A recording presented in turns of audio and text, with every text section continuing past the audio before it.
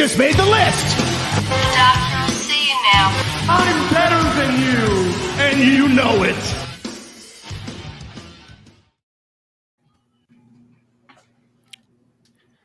Hello, everyone, and welcome to Around the Ring, episode 270. I am your co-host, Justin Hensley, and I am joined by my co-host, Steve Long. Steve, how's it going? It's going great. How are you doing? Not too shabby. We had a pretty fun weekend of wrestling just this past weekend. Highlight which there was a lot of wrestling, and there was a lot. I didn't catch it all. No, I didn't either. Unfortunately. Yeah, we were just saying before we started, we had the World Tag League, Best of the Super Juniors, neither of which I got around to watching. We had Battle in the Valley, which is, of course, New Japan as well. That's more kind of a New Japan US thing, LA Dojo, if you will. For the most part, they did have other folks from main, I guess the main roster, if you want to call it that, in that one. And so we had that, and I did get to catch that. And then of course, Full Gear. Yeah. Today I think we're gonna just devote the whole show to Full Gear, kind of like we did with All Out. Yeah, I think that's what we did. Since all elite wrestling really only does the 4 big shows a year, the pay-per-views a year, it seems right to kind of give them the attention and the time that they deserve, because, spoiler alert, it was a great show. It was a good show. Yeah. We'll get into opinions later on. Yeah. Let's see. Yeah, New Japan Battle of the Valley had a little bit of newsworthy stuff going on with it. We now have Will Ospreay is going to be challenging the winner of night 1 between Shingo and Okada. So Will Ospreay will face the winner of that match on night 2. We had the appearance of Jonah Rock, I believe, is his original name. He wrestled in NXT briefly. And what was the other big? There was one other thing. I'm blanking on it now. Tomohiro Ishii is now the never openweight champion. That's right. I feel like there was one more piece of news, but I'm blanking on it right now, honestly. But that may be it. May have been. Yeah, everything. I don't remember a whole lot else from that. It's interesting to see that that's where Jonah Rock wound up going. Bronson Reed, that was his name in NXT. Yeah, I'd say that's probably the biggest information. Best Super Juniors World Tag League, that's a tournament, so there's not a ton of new information there yet. But yeah, I'll try to catch up. I'll try to catch up on some of that this week. That's my plan too. There's a handful of matches I definitely want to watch in the tournament this year. So yeah. And of course, we're also going to do our patented top 5. This week we're doing our top 5 factions or stables. Active, of course. Yeah, we're sticking with active for now until we run out of ideas. Yeah. Before we get into it, I did want to just do our kind of, this is going to become kind of standard with the beginning of the show, where we are part of the Red 5 podcast family. So if you want to check out other podcasts in that family, a lot of pop culture podcasts, we are the only wrestling podcast in the family. And I'm pretty sure I'm almost 98. I think I'm 98% certain that we're the only sports related podcast in the family. Everything else is, Star Wars, comic book, movie, just pop culture related, but a lot of really good podcasts on there. So make sure you give them some love. Just go to red5network.com. And the 5 is the number, not spelled out. So I always like to say that wrestling is a form of nerd culture. So it really is. Yeah, we it fit really right is. in. I mean, in a lot of ways, wrestling can be considered a live action comic book. Very much so. There's stories about good versus evil. There's the triumph of the will. There's also, well, not that triumph of the will, I guess, but the human spirit. Yeah. Yeah. It's good stuff. Good storytelling. All right. Where can they find us on the social medias? We're on Twitter. That's Around the Ring OK. That's right.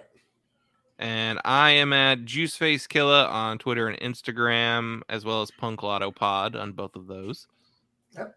And I am Otter272 on Twitter and Instagram.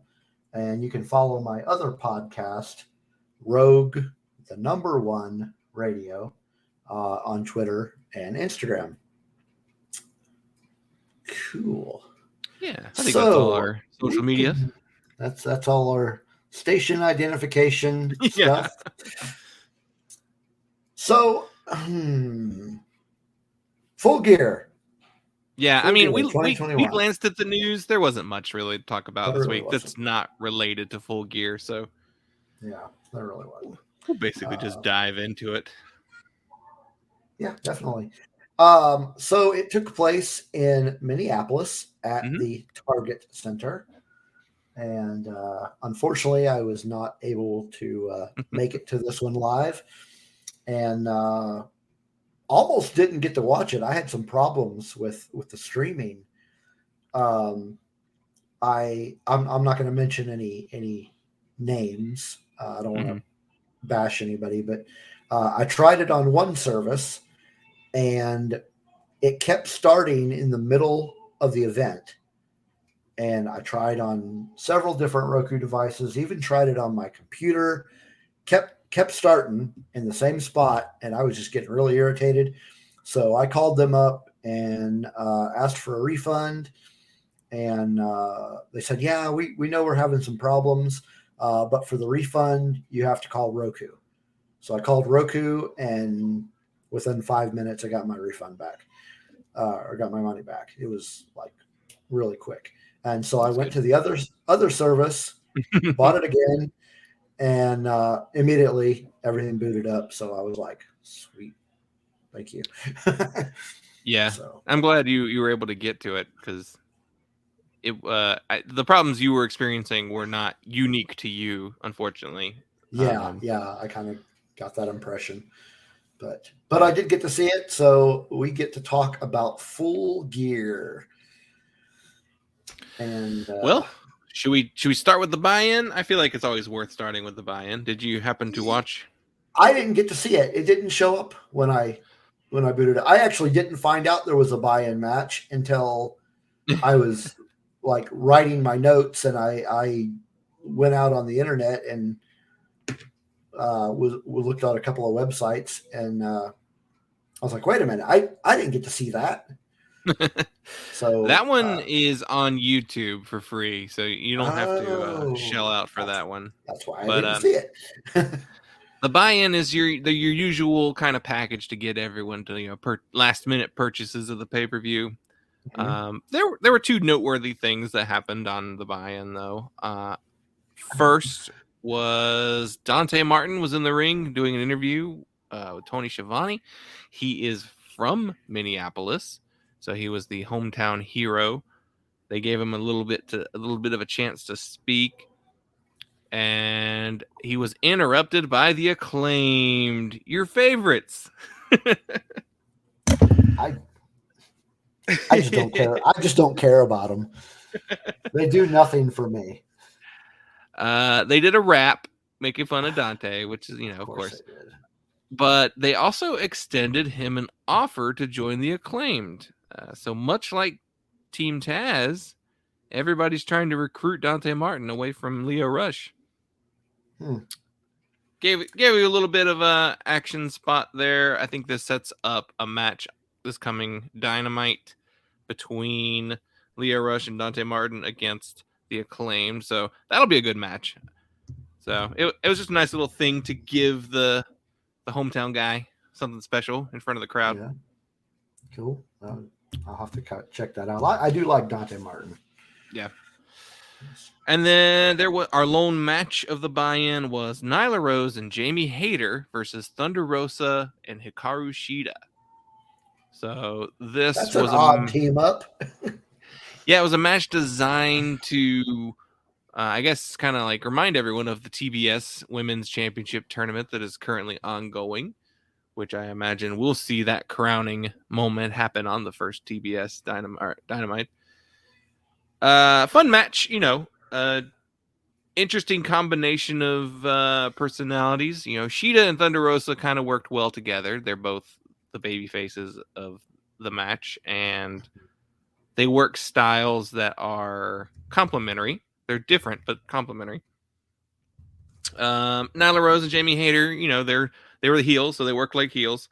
Nothing too spectacular about it. I think Shida probably looked the best out of all four of them, but it was a nice little match to warm the crowd up. I think it did a job that it needed to.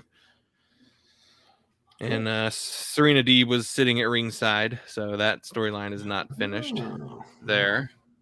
So, but yeah, that was the buy-in. Cool. All right, we'll have to go back to YouTube and check that out. Mm-hmm. And then it's on to Full Gear. On to Full Gear. First match, Darby Allin versus MJF. So, I think we talked briefly about this match as you were watching it. Yeah. You were giving me the updates. Yeah. Yeah, I thought it was a good match. It was a good technical, on a technical side of wrestling. It was a good match. And of course, I tend to like Darby Allin matches in general anyway. MJF, I just like because he's such a pain in the ass. But yeah, his wrestling per se is it's good. He is a good technical wrestler. I would not put him up like in the top 5 or anything like that as far as technical ability. But he's good. He's a good worker. Yeah, he's definitely a good wrestler. He just doesn't work a flashy style. Like he's a little bit more. Yeah, and that's fine. I would really like to see him in a match. We'll get to this because this is something we kind of talked about. I was actually kind of surprised that Darby lost because, and this is what we were talking about. I was a little surprised. I didn't hate the match because he lost. It was just a little odd to me that he lost because this is the second time he's lost at a pay-per-view. And I use the word weak as like make him look weak. I don't think that wasn't the right choice of words. It just made him look like he's starting to look like a loser. And I'm not thrilled about that. But then you reminded me, of course, that MJF also lost 2 in a row. And I'd forgotten that, even though I was at the pay-per-view that he lost last time. Yeah.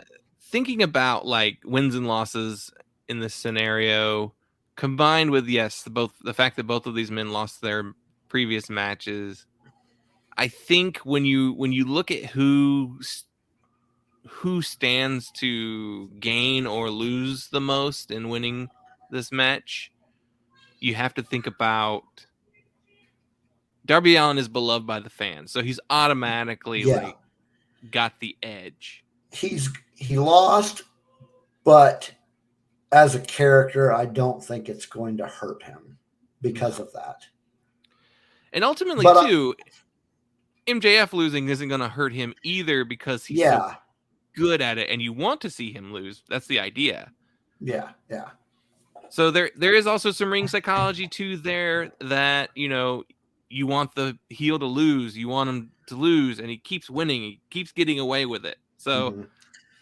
by the time he does lose, it's going to be more impactful. And Yeah. I also And you, sorry. yeah, you were saying last night that, or was that last night? Yeah, you were saying last night that you think this might be building to a bigger feud for MJF. Yeah, I feel like this momentum could lead towards, you know, he spent a long time with the Jericho feud, Yeah. the Inner Circle feud, Pinnacle, and all that stuff. I think it's time for him to move on to another opponent. A big Oh, feud like with Chris Jericho. yeah. So one of Yeah. those top names. So like, Yeah. I personally was just running through my head possibilities, and I was like, well, I'd love to see him against CM Punk because those I will be would too. great promos. Those will be great promos, and that will be a very entertaining match. Mm-hmm. Another one I would like to see him with is actually somebody we're going to talk about a little bit later. Okay. Just as part of not as part of a match, but something that popped up toward the end of the show that I was really excited about. but overall, I mean, it wasn't the best match of the night, but you know, it wasn't the worst match of the night. No, I'd probably say it was maybe my number 3 of the night, though. Like, I really enjoyed the match. The match was good, yeah. I thought MJF actually worked outside of his typical style more in this match than he has in the past. Yeah. I think he's capable of doing more advanced stuff, more high flying stuff. But you know, it's just out of his character to do it, so it doesn't really make sense logically. Yeah, it just shows you that he is capable of more than what you've seen from him so far. And I think Darby is like the kind of perfect opponent for him to showcase that side of him. Like, they did a lot of fun sort of like back and forth, like technical wrestling, like grappling on the ground. Yeah. There was some fun kind of like luchador, like, you know, with the hands, each holding each other's hands and kind of like flipping place and who has, you know, position.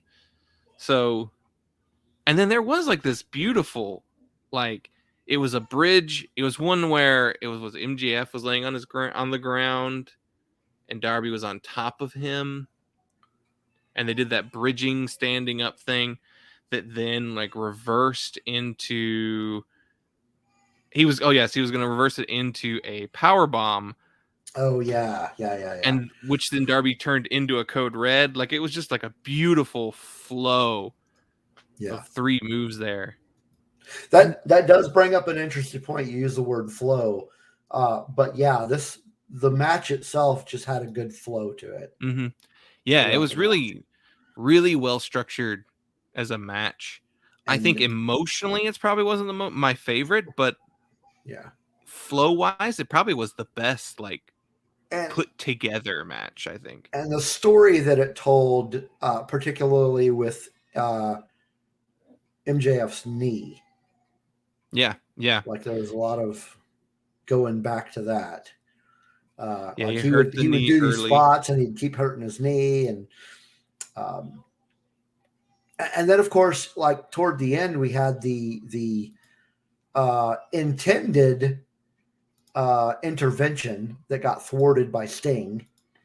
When with Wardlow and Shawn Spears and and they came out. They were going to get involved, and Sting kind of beat them down with the bat. There was the skateboard.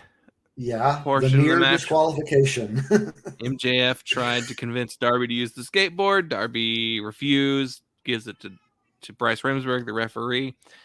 You know, as Bryce is taking the skateboard away, dastardly MJF pulls out the dynamite diamond ring from his trunk and pops Darby in the face, and beats him with the headlock takedown that he kept talking about as that he was what was going to be him. But he won, but he didn't win clean. So no, of course not. It was a typical heel win. Yeah, it's an MJF match, of course. He's not going to win clean. Looking at this match, I see, they're considered the two of the four pillars, or the four pillows, as JR said at one point. And I think this is going to be a long-standing feud that we'll see probably another matchup. This is already the second time we've seen them face-to-face, so I'm sure we'll see another one within a year's time. Probably not right away. I think they'll save it for a little bit, build some more heat. But yeah, overall, great match. I really enjoyed it. Yeah. Second match was for the AEW Tag Team Championship between the Lucha Brothers and FTR. Two of the best tag teams in the world, I think. Yeah. AEW's got a lot of those, though. They've got a really good stack of tag teams. Yeah, probably the best tag team division, I think. Oh, bar none. In the world right now. Yeah. Yeah. So we had a good one here. It was a good match, but I don't know. It just kind of, I can't place my finger on it, but just something, it left me wanting more. Like, it didn't satisfy me, and I can't place my finger on what it was. When we talked about the FTR versus Aerostar and Samurai del Sol match, we talked about how Aerostar looked like he was having a hard time with some of the transitions, I guess. Yeah. And thinking about it, it's like, well, maybe the problem is FTR are not luchadors, and so maybe their style doesn't mesh as well. Yeah, maybe the styles are too conflicting. Yeah, they're kind of opposite ends of the style spectrum. Yeah, I mean, it was a good match. There was some good spots, some quick moves, and a couple of a few times when you thought the Lucha Brothers were going to lose, and and then you had Tully getting involved.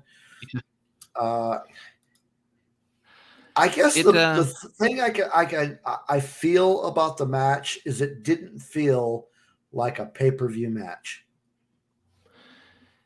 Yeah, maybe we're just spoiled with Lucha Brothers matches.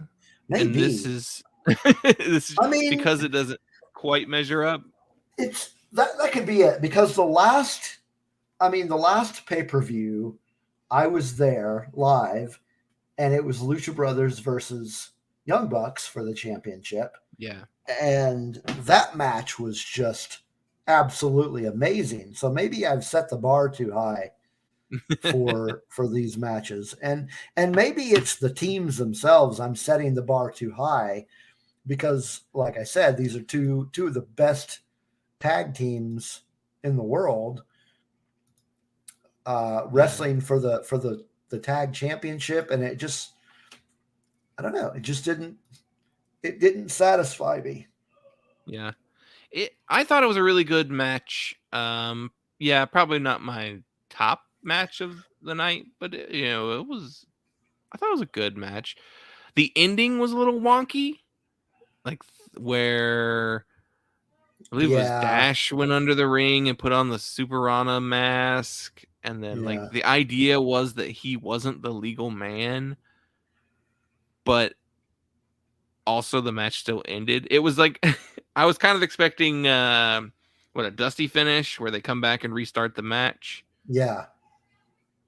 But like the referee didn't even really acknowledge that it was the wrong legal man, and then the commentary said that the ref didn't know who the legal man was. I don't know that it did what it was supposed to do. I don't know if that was a failure on maybe the referee or I don't know, unless it's just to give them an excuse to have another match coming up. Yeah. I don't know. They are still the AAA tag team champions. Yeah. So there's a good, we're going to see the FTR fight more luchadors for sure. So I don't know who will wind up being the team that takes it off of them, but yeah, I don't know. Be interesting to see if any of these matches, like maybe they do more of it and they become more interesting. Maybe. Yeah, I mean, I could see it as just FDR wants to fight luchadors, and this is their first real opportunity to really do a lot of that. So it probably makes sense. Yeah, because you weren't gonna. They weren't gonna get that kind of matchup really in WWE. No, they probably wrestled Lucha House Party, and that was probably it. Yeah. The match had a really nice tribute to Eddie Guerrero in it. There were actually multiple Eddie Guerrero tributes throughout the whole show. There were. Yeah. I learned later. I was like, "What? What? Why are there so many Eddie Guerrero tributes tonight?" And then I actually looked it up, and I was like, "Oh, Minneapolis is where Eddie Guerrero died, and it was the anniversary of his death." Oh, wow. Yeah. Weirdly, they chose the city the same, day. The anniversary of his death in the same city, which is a little surprising. So there were quite a few tributes to Eddie Guerrero.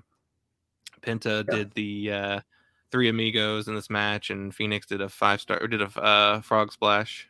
Yeah, and there's a couple more later on, which we'll get to, but it's a nice little tribute to Eddie. Nice tribute. Yeah, I mean he died pretty young. He was in his 30s, I believe. 38. Yeah, he was 38 so, when he died. So he probably would still have been wrestling today, maybe, barring any like serious injury, Yeah.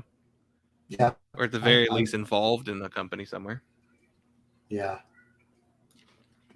Yeah, I could see him being a part of somewhere out there. I don't know if he would have went to AEW or stayed with WWE or what. I guess it would depend on how he was treated in the WWE, but yeah. Yeah. But yeah, nice little tributes. Yeah. So next match was the finals for the World Title Eliminator Tournament with Bryan Danielson versus Miro. And this was to determine the number one contender for the AEW World Championship. Yes, which Bryan Danielson won this match, and part of me was a little nervous that was going to tell us what the main event was going to do, but we'll save that for later. Yeah. Good match, very different style match, especially different from the matches that Bryan's been having lately. Yeah, it was not a typical. A lot of the matches that he's had leading up to this have just been these really brutal chest chopping matches. Just as an example of how brutal these things were. This wasn't nearly as brutal as some of the things we'd seen prior. In a lot of those matches, I feel like his opponents and he were roughly matched strength-wise. So those matches turned into more just like a combination of stiff strikes and like catch-can style submission wrestling. Yeah. Wrestling Miro, he has to kind of take a different style because Miro is a much bigger guy, so he can, dish out more power moves. I think there was a spot pretty early in the match where Bryan wound up getting outside of the ring, and he was just kind of out there for a while. Like he was recalculating what he needed to do when he got back in the ring with Miro. Well, and also keep in mind that he had mentioned this in one of his promos, but he has never beat this wrestler previously. In all of their meetings up to this, he has never beaten them. So, yeah, he had to take some time to collect his thoughts and figure out his strategy. Ultimately, it was still a really good match, just a little different from what we've seen. Mhm. More in common with what we've seen in a typical Miro match than a Bryan match. So, I was reading something online that had mentioned that it may not have been Bryan Danielson's best match in AEW, but it might have been Miro's. So I don't know about that. It's up there for sure. It Without is without watching them like back to back to tell, I maybe like the Sammy Guevara match a little more, which is shocking coming from me. that's what I was going to say. I thought that his match with Sammy was a little bit better, but I may have to go back and watch that match again. But Yeah. um, That was a different match style though too. It was. That was Sammy is actually a little bit more high flying than Danielson is. Yeah. But there was a lot of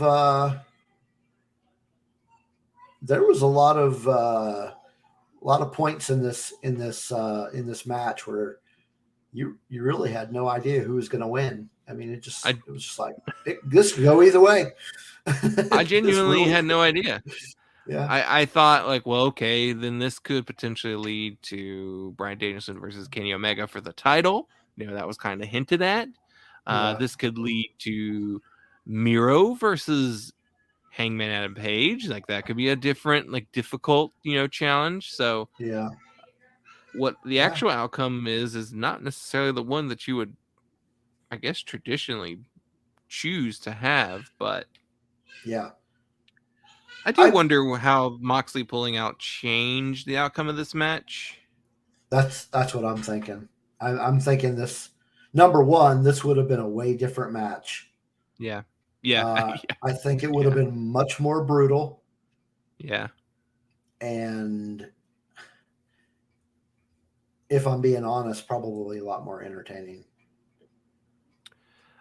I find Moxley more entertaining, yes, as a wrestler than I do than Miro. Yeah. Miro, yeah. But see, here's the thing, though. I was never a big fan of Rusev, especially toward. I don't remember if this was going on.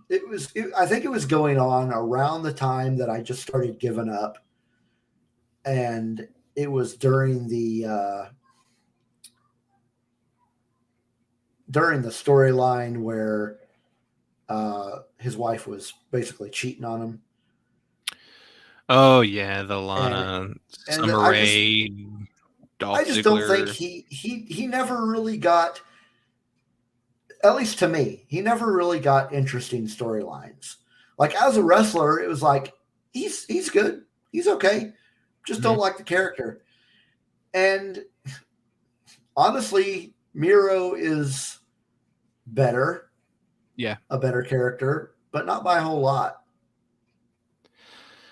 I'll say the point where I turned into a Rusev fan was during his feud with John Cena. I felt like that feud Rusev should have won. I think Cena wound up winning that in some dumb like plant your flag match or something. Like it was real dumb. And then there was that organic. I think people just really liked their real life personas, and that kind of bled into the crowd reactions and responses. And like the Rusev Day stuff was a really organic, natural hit, which obviously Vince McMahon hated and had to squash. So even during that feud at the end of their run there with Bobby Lashley and Lana cheating on Miro or Rusev with Bobby Lashley, it was just, even though the storyline was horrible, Rusev was still kind of like the shining star in all of those segments. So Yeah. he was someone that I was always like, he can do so much more, and they just won't let him. Yeah. That's Which what I I think was we're getting seeing. at. I mean, as a wrestler, he's good, not phenomenal, but he's good. Mhm. He's just, I don't think anybody has found the right chemistry for him yet. That being said, in AEW, they've done a lot better job. I kind of, this angle of the not necessarily the Redeemer, but the God's Forsaken Champion thing is a little interesting and starting to grow on me. So I really I love his promos. His style of promo is very different from everyone else's style. Yeah. They're shot very differently. He's only gotten better since joining AEW, and as the further he's getting away from the Kip Sabian best man storyline, he's only getting better. Yeah, I did not enjoy that storyline at all. No. I was like, you're gonna this is how you're gonna introduce him to AEW? This is kind of lame. Yeah, I was not I definitely like the new angle better. And plus, we always have like Lana could still show up someday, so or whatever her name will be. I guess it'll probably just be CJ. Yeah. All right. Well, so Bryan Danielson won. Now I'm trying to remember how he made him submit, right? I'm trying to remember now. Yeah, he did. That's right. He had him in a guillotine. Yeah.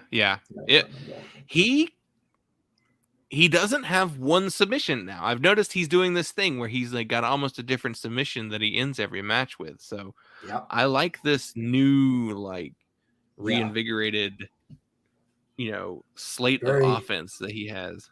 Very versatile. Yeah, I like it. So the follow-up to that one was the 6-man Falls Count Anywhere match between the Super Click. Of course, that's the Young Bucks and Adam Cole versus Christian Cage and Jurassic Express. The first thing I noticed when this match started is, and I mentioned it to my wife, I was like, where's Marco Stunt? So yeah, I don't know where he went. Is he taking a break or? He's been absent for a few weeks now. Did he get injured? I cannot remember. I don't remember if he got injured or not, but that was the first thing I noticed. I was like, where's Marco? Because when when you're looking at the, what do you want to call it? The Jumbotron or whatever you want to call it. It mentioned his name on the Jumbotron. And so that was when I was like, oh yeah, where has he been? Yeah, I'm not 100% sure where he has been. Apparently he's been taking outside bookings, so I don't know that. Wow. Well, you know what? I think he has a band too. Oh, does he? Oh, okay. So maybe he's doing like a tour or something. I don't know. I think he's got a band. I thought I read that somewhere, but I don't know. I mean, honestly, I'm not a Marco Stunt fan, so. Well, okay, that's fair. I'm not either. I just found it odd that he wasn't there. Yeah. I'm not a fan of his either. I don't hate him. He just doesn't do anything for me. He doesn't add anything to the tag team, in my opinion. Not necessarily, no. But it was just weird that he wasn't there. The match itself, actually, and I know you're probably going to disagree with me, but up to this point, it was my favorite match. I could see why. I mean, it was a big match. There was a lot going on. We do have a ton of really amazing wrestlers in this match. Yeah. I guess for me, ultimately, I wasn't super into this match going into it anyway, because I honestly felt like this was I didn't think this was the best use of Adam Cole right now. I mean, I guess. I can agree with that. I'm really hoping that very soon there's an extended singles run for him. I mean, I get it. Their friend is back. They can do all the super click stuff that they haven't been able to do for years. Yeah. I get it. It's fine. And there's plenty of other singles, matches going on currently that, Yeah. The whole show can't only be singles matches. I understand that. Well, yeah. I mean, and the fact that they have, like we mentioned earlier, the best tag division in the industry. And so, they got to try to, unnecessarily so, they need to try to milk that for all it's worth. But they don't really need to, because it's already that good. But I really enjoyed this match. Like I said, there really was a lot going on, and there were just a lot of spots where that I guess kind of cringed at some of the stuff that was going on. Yeah. And it was a really good showcase, I think, for the talents of Jungle Boy. Yeah. It really showcased him a lot. Yeah. For weeks I'd been saying Jungle Boy needs a win. So I guess this is this is what I get as a result. You got it. And he was the one that got the winning shot. Yeah. So concerto. He did, and I was a little nervous about that, because that's one of those moves that you have to. You kind of got to be a veteran to do that. Yeah, I feel like, do we need the concerto in 2021 with all we know about CT? It's just very one of those moments, like I was mentioning, where I just kind of cringed, because I'm like I was saying last week when we were talking about something as simple as a headbutt. It's just, I want these people to stay healthy. I don't want these people to, that some of this really great talent to end up like Chris, who took way too many shots to the head and then ends up doing something really bad, because their head's not on right. Or even people like Mick Foley, or even Christian Cage, who had to retire because of his, concussions and head injuries, or like Edge. I mean, just all these people that had to retire. I mean, Bryan Danielson. Yep. These people had to retire because I just don't want these people to end up like this. I want them to have long, healthy careers, and doing things like this just makes me nervous. But that being said, I'm assuming this is a very safe move, because I don't think they would be doing it. Sure. Yeah. Without that. So, I mean, I fully believe that we're probably just getting worked, and we're just like, no, that's the safest thing you could do with a chair. I imagine it's all noise. Yeah, you're probably right. I mean, I don't know how they do that stuff. I'm not a wrestler. And a lot of that stuff, honestly, I would just like to be left in the dark. Yeah. See, that's true. Like, even if it is safe, and even if it is they're doing it in a way that there's no actual contact with their heads, there are wrestlers who maybe don't know the best way to do it, or the safest way to do it, and then you can accidentally do something. Yeah. I don't know. I just don't even want him in that predicament. Through some of the stories that I've read or heard, there are some wrestlers out there that other wrestlers just didn't want to work with because they were dangerous. Yeah. They were not good enough at what they did to ensure that their opponent didn't get hurt. So, and you know, even during the Attitude Era, the Concerto always looked horrifying. You know, it's just one of those moves that's just like, that just looks like you're literally hurting someone. And it never went, like, even last night I was like, oh man, poor guy. Yeah, maybe there's a reason why they didn't give it to Adam Cole a second time and they gave it to Matt Jackson instead. Yeah. I was actually really happy about that. I was like, don't do it to Adam again. That's just wrong. What do you think about Christian Cage egging Jungle Boy on to do it? Personally, I think that was a way to push Jungle Boy more. Yeah, the Concerto to me is a heel move. And well, I wouldn't necessarily call Christian a heel, though. No, but that's why that's another reason why I don't like that Christian's been doing it too. Either he's teasing a heel turn, an imminent heel turn, or maybe this is gonna. I still feel like they've been teasing Jungle Boy versus Christian Cage in the future anyway. It is pro wrestling. That does seem like an inevitability. It could happen. I don't see that happening, honestly, until after the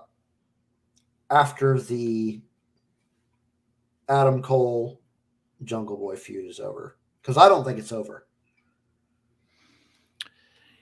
I think it'll be kind of placed on the back burner for maybe a month or two. We could maybe see it revived by Revolution. I would like to see it at Revolution again, because the last time was great. So, actually, I've actually never seen a Revolution. Oh, really? You didn't watch last year's Revolution? I didn't. I think it might be the only pay-per-view, AEW pay-per-view, that I've never seen. And I don't remember why I didn't see it. But, I mean, I was coming on, that was probably around the time I was coming on an extended, just slightly lost interest overall, and just had so much else going on. And I just got to a point where I really wasn't watching a lot. I'd catch a Dynamite here or there, but I wasn't nearly as, like, I wasn't at a point then when I have to watch it. I just absolutely have to watch it.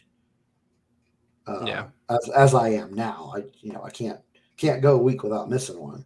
Then I was like, I'll catch it if I can, or if I get time. But yeah, Revolution, I don't remember what was going on when that happened. I just remember that I didn't see it.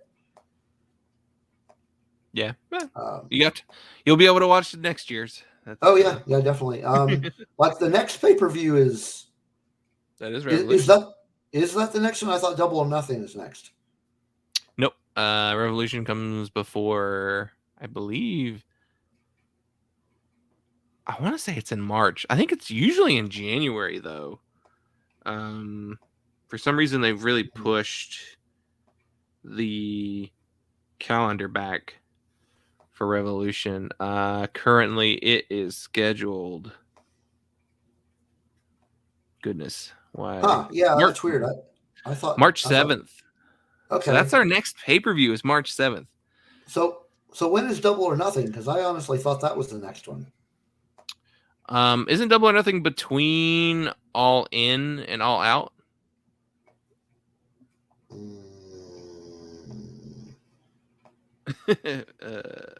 Doing research on the air. Double or Nothing. It could be too far out for them to have actually announced anything. Yeah.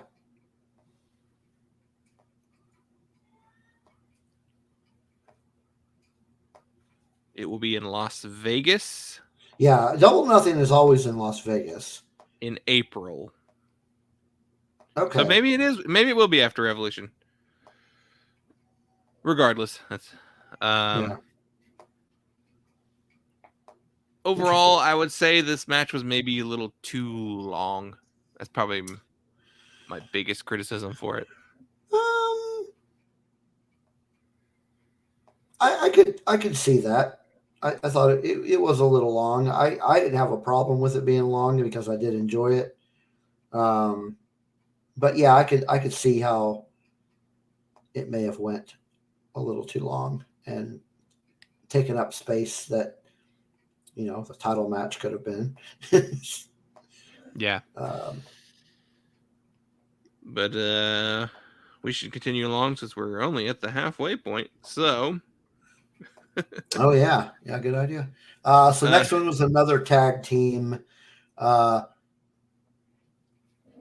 Cody Rhodes and Pac, very strange combination, versus Malachi Black and Andrade. Yeah.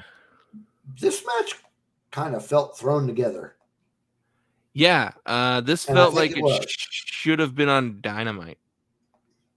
Yeah. I don't know that I don't know. I'm not mad at the match. I thought the match was good. I thought it was entertaining. I think we're still getting the boos for Cody Rhodes, so no one knows what's going to happen with that character still. I think everyone looked really good in this match. These are like some of the best pure athletes they have in the company. I mean, even Arn Anderson got some good scraps in him. Yeah. Ultimately, though, I don't know why this was here. Other than just to give everyone something to do on the show. I wonder, and this is all speculation, I wonder if somebody out there realized that one of the participants of this match didn't have a match in the last pay-per-view, and this was an attempt to rectify that. Who didn't have a match in the pay-per-view? Cody did not have a match at All Out. Oh. He didn't, did he? No, he did not. Yeah. Ooh. I wonder if that is what this is. Well, that's going to be that's my theory, and I'm going to stay with that for now until I hear differently. I mean, no one's going to be upset when they see Malachi Black, Andrade, and Pac in a ring. Yeah. I mean, this was definitely a good, if not great, match. It just didn't feel like it fit in this pay-per-view. No, like I said, it feels like this should have main evented a Dynamite, you know, or like one of those like themed Dynamites that they do every once in a while. Yeah, like I Winter agree. Is Coming or a Beach Bash or one of those shows. Yeah. This would have been a great. And not saying it wasn't a great match. It would have been a great main event for a show. I don't know where it goes though. Like at the end of the match, so Pac and Cody Rhodes win the match, and then Dash comes down to the ring from FTR and like attacks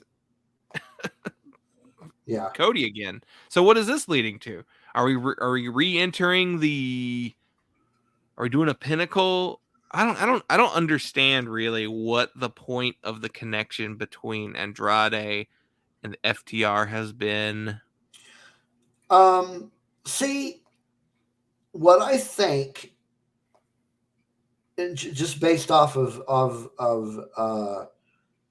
different storylines that are just kind of left out there. You know, you have the kingpin angle of Andrade that I really want to see.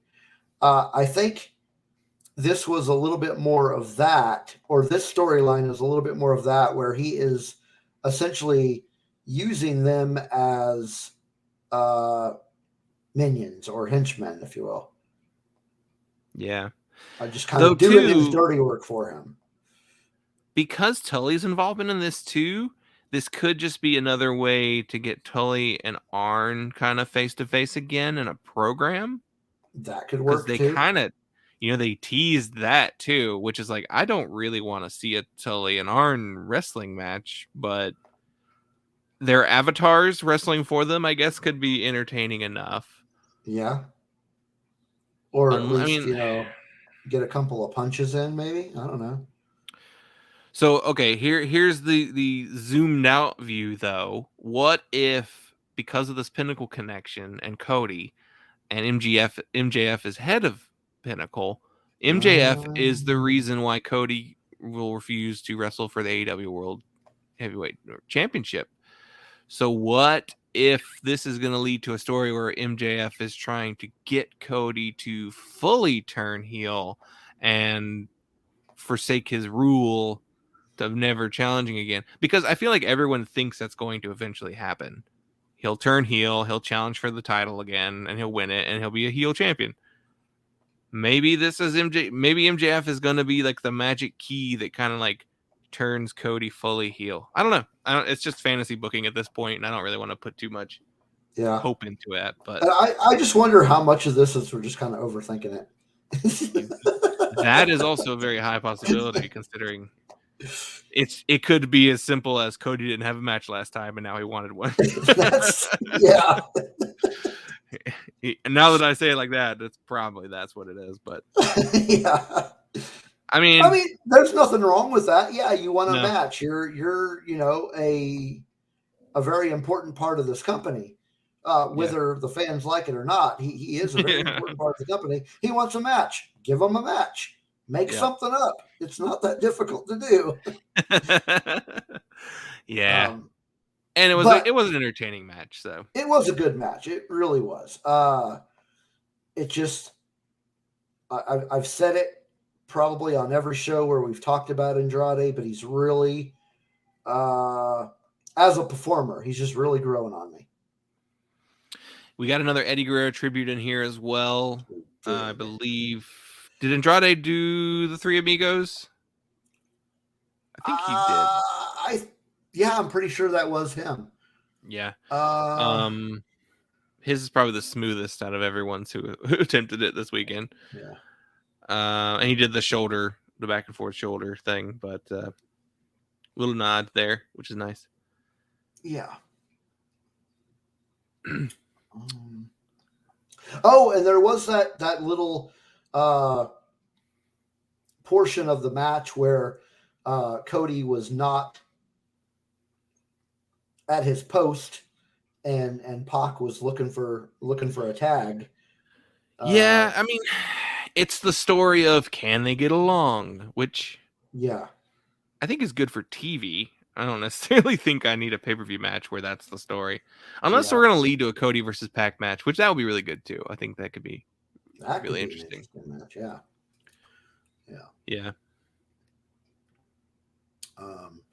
There was actually I don't know if you want to call it a botch, but there was a point in the match where Andrade, I can't remember what it was he was trying to do. He was trying to do something on the apron. Was it when he was trying to go over he was going to kind of bounce over the rope, or maybe even I think so. Yeah. It was like a little show-offy little thing he was doing. Yeah. And then he got tangled up. Quite work. Yeah. That didn't quite work. That was, and so it wasn't really a botch. Like I said, it wasn't really a botch. It was just something that was did he do that on purpose, or was that just entertaining because he messed up and he just played it off?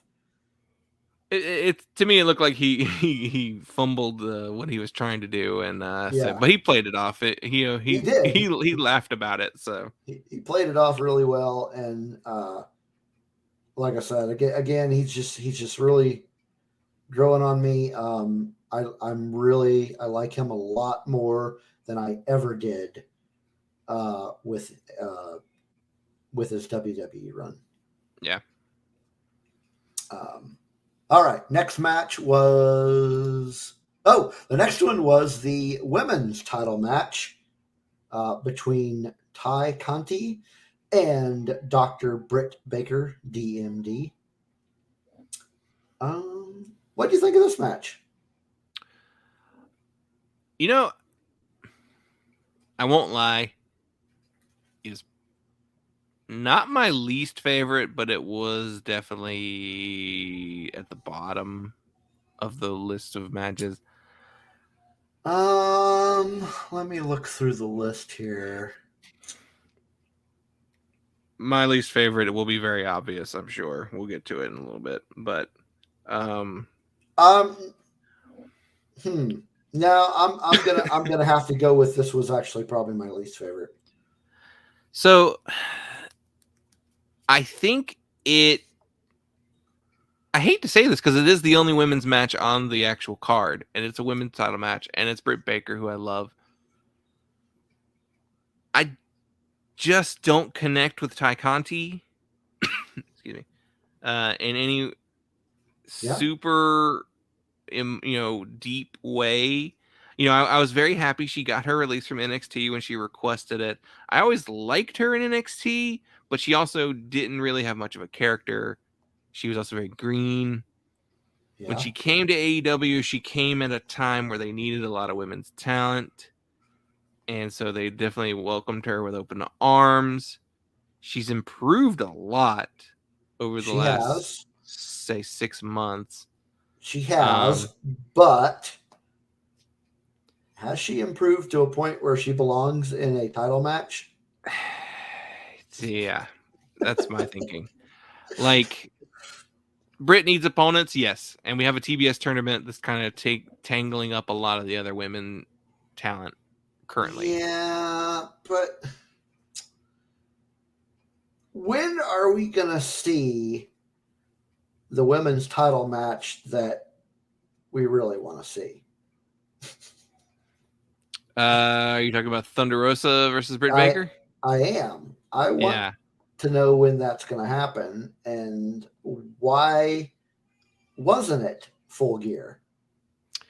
The only thing I could think of is they didn't want to take the title off of Britt yet. And I think Thunder Rosa should be the one to do it. Yeah. And I agree with that. Okay. I'll give them that. That's fair. It wasn't a horrible match. It was not a bad match. No, it is not a bad match. It just, I'd say it was a very solid match that I just was not invested in. There we go. We can agree on that. I was not really invested in this because I don't dislike Ty Conti. I just don't think she belonged in this match. This spot, yeah. There were some little interesting storytelling in this match. Britt trying to get the mandible claw in there. Yeah, that was a big spot. Just the unhinged rebel, yeah. She's such a blast to watch. Not Reba. Yeah. Rebel, not Reba. They always post that up there, and I'm still like, what the hell is that supposed to mean? I don't.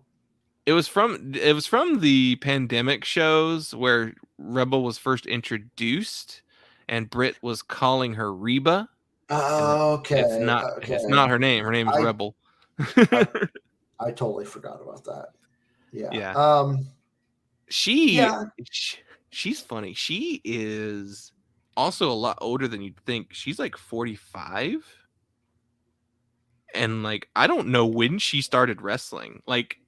Rebel is? Yeah. She's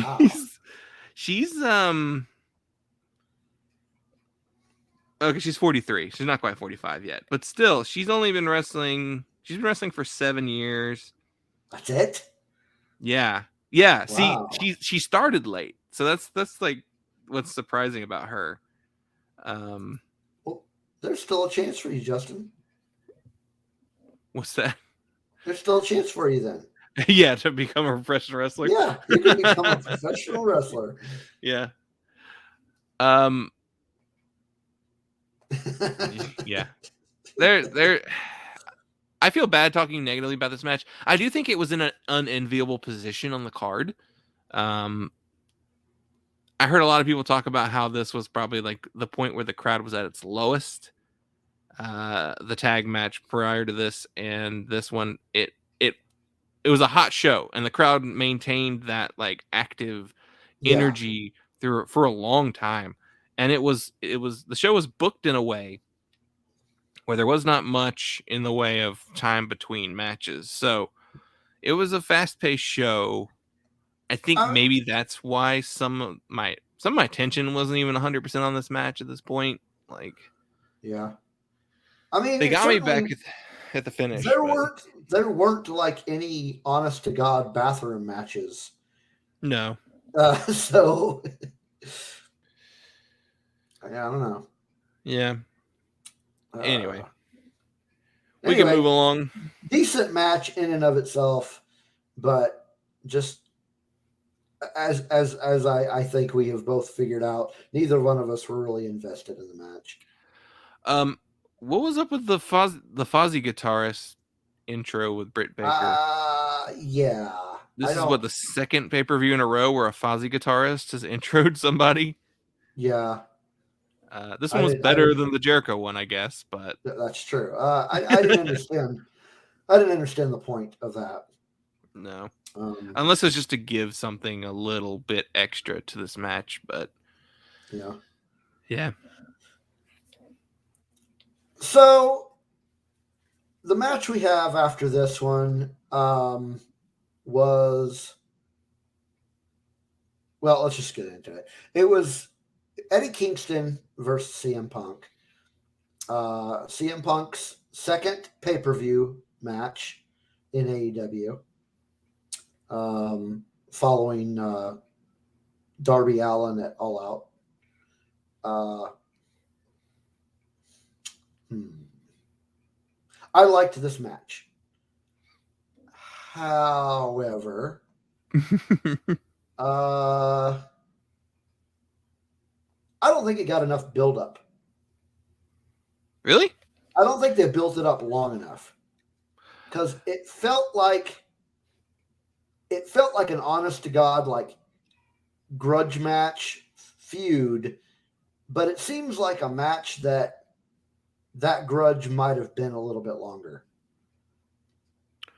And that's more just discussing the build up to it, not necessarily the match. I liked the match. I felt like, just as the match itself, I felt like it was maybe a little rushed. I think it was like one of the shortest on the card too. It was 11 minutes long, and it was the shortest match, which is disappointing.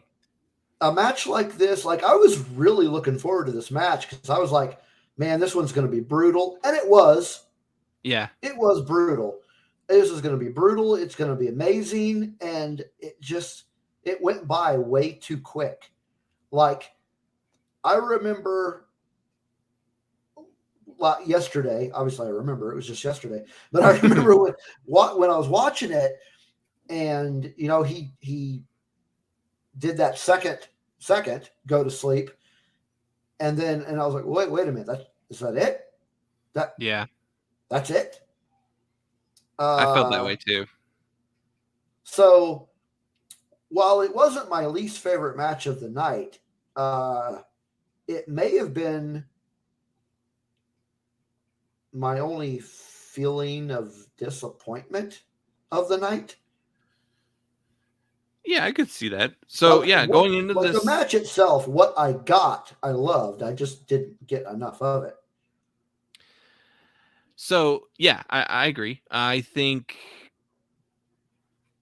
so. The original point of the build not being long enough, I agree. I wanted like at least 2 or 3 more weeks of build up, just because of how good all of these buildups were. I mean, and that's a testament to how good it is. Like, it's so good that you just like, no, do more, do more.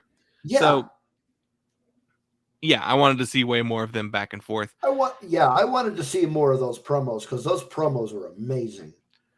They had actually kind of supplanted the main event for the match I was most looking forward to watching, because the build was so hot and so fast and so good, and I knew that the match itself was going to be good, that I wonder too if part of the reason why the match was as short as it was is because they didn't want to undermine the main event. Yeah, that's a possibility. But if that was the case, why didn't they make the next match shorter?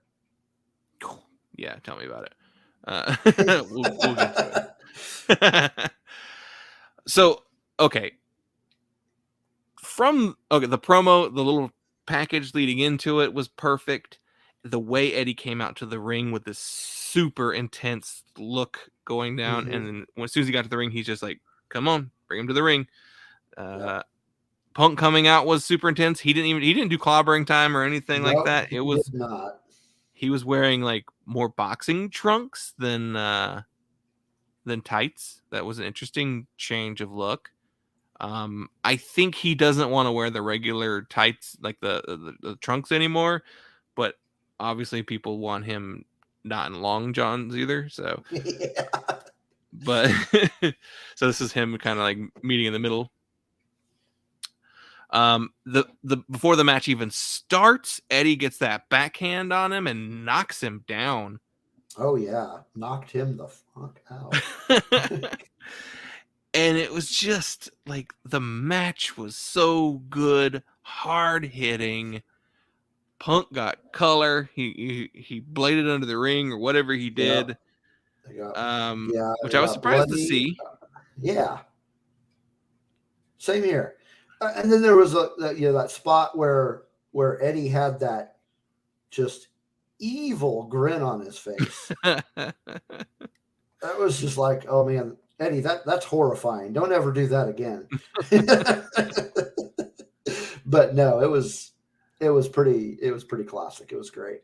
I do think if it had gone maybe another 5 minutes or 10, then it might have been the thing that everyone talked about from the show. So maybe that's why. Maybe. I mean, because it's CM Punk. I mean, really. Yeah. I think too, part of this show was built as, we're just going to put on a really good wrestling show, because All Out was the, oh my God, look at all the debuts, look at all the appearances, look at all this stuff for the first, we got these people coming out. And maybe they were like, no, we can't do that for every single pay-per-view. Yeah. So what else are we good at? Well, really good matches with really good storytelling. Yeah. Let's do that. Yeah. So I don't think this feud's over. I think we have a chance to see more of it. I want to see more of Eddie. Just, he has endeared himself to the entire wrestling internet over the last couple weeks with his promos and that long article he wrote about his life.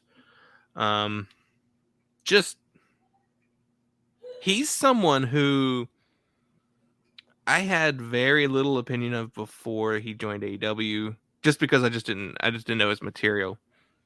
And the little bit I had seen of him was only in NWA, which he was good there. Yeah, that's when I first learned who Eddie Kingston was, and I liked him there. But he was always talked about in just these like, oh, this guy, he's so good, he's so great. But he's also got this kind of troubled, chip on his shoulder, and has issues in a lot of the locker rooms he's gone to.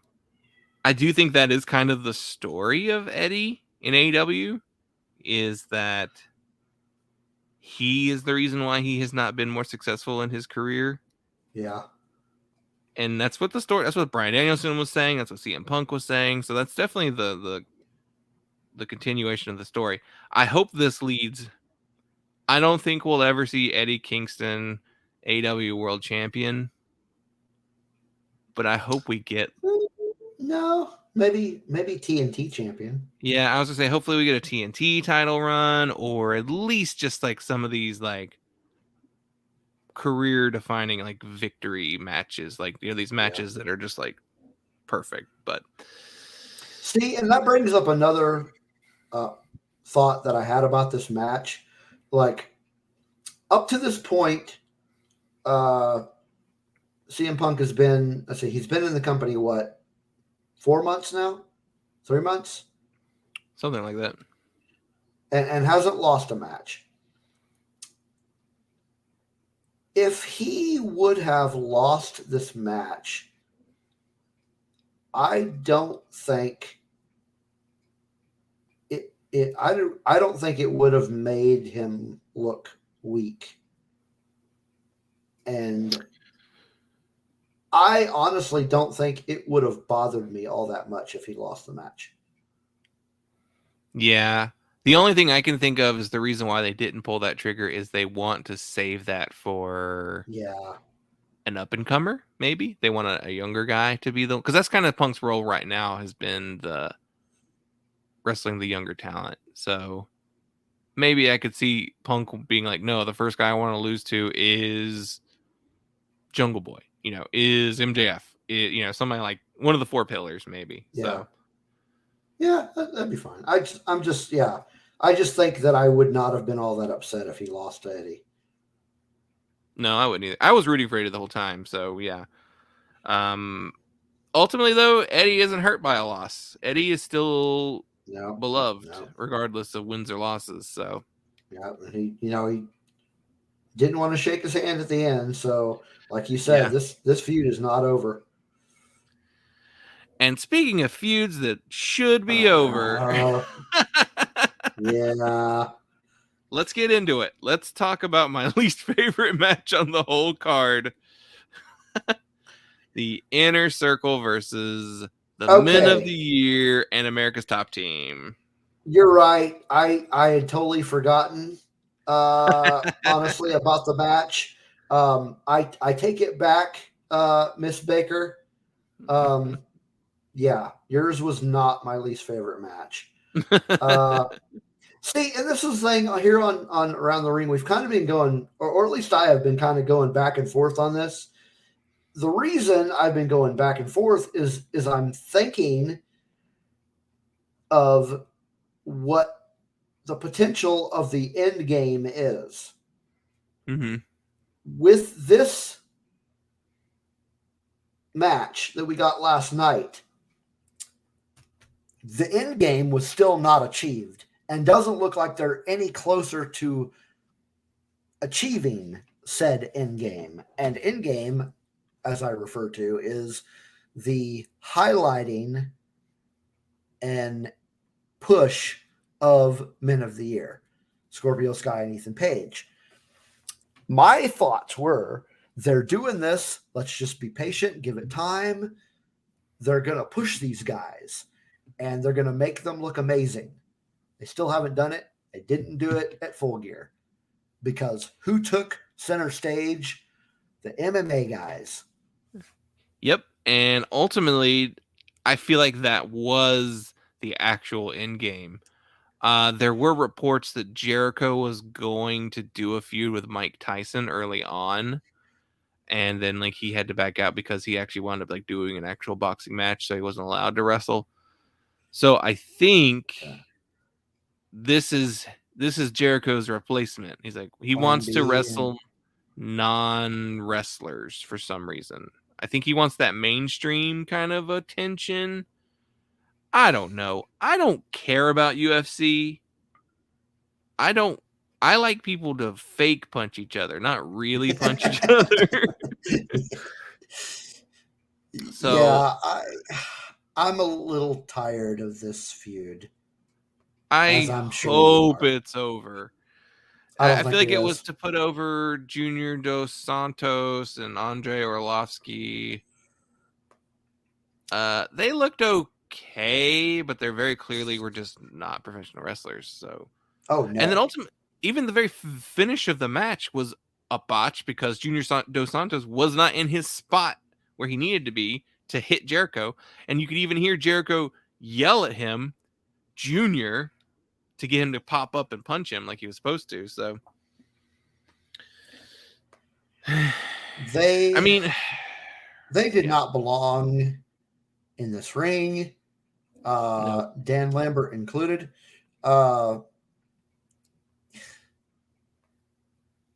He just looked like a doofus. Well, that I think that was also the point of that. Yeah, it did. It's obvious that they wanted him to look like a doofus. It was just like, it just kind of annoyed me. And Yeah. a lot of it still is just, I'm just a little annoyed that they're not pushing Scorpio Sky. And that this is, like you said, that the end game was to push the MMA guys. And that just irritates me. This is not an MMA company. This is a wrestling company. Yeah. And the thing is, I don't even necessarily hate Dan Lambert's style. It's a No. throwback. I think he's a great heel. Yeah, I think he's a great heel. I think he was doing the classic, Bobby the Brain Heenan, getting tricked into being in a wrestling match type thing. Yeah. Because that's what he likes. Because he very clearly is an old school wrestling fan. So yeah, it's the MMA involvement, I think, is why I don't like it. That's fair. I feel like there's people in this match who were kind of like I said with Adam Cole, saying, is this the best use of your Adam Cole?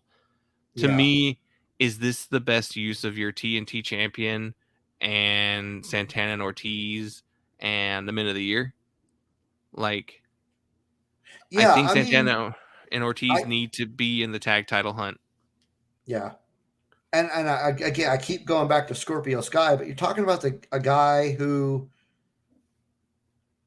was part of the first tag championship team.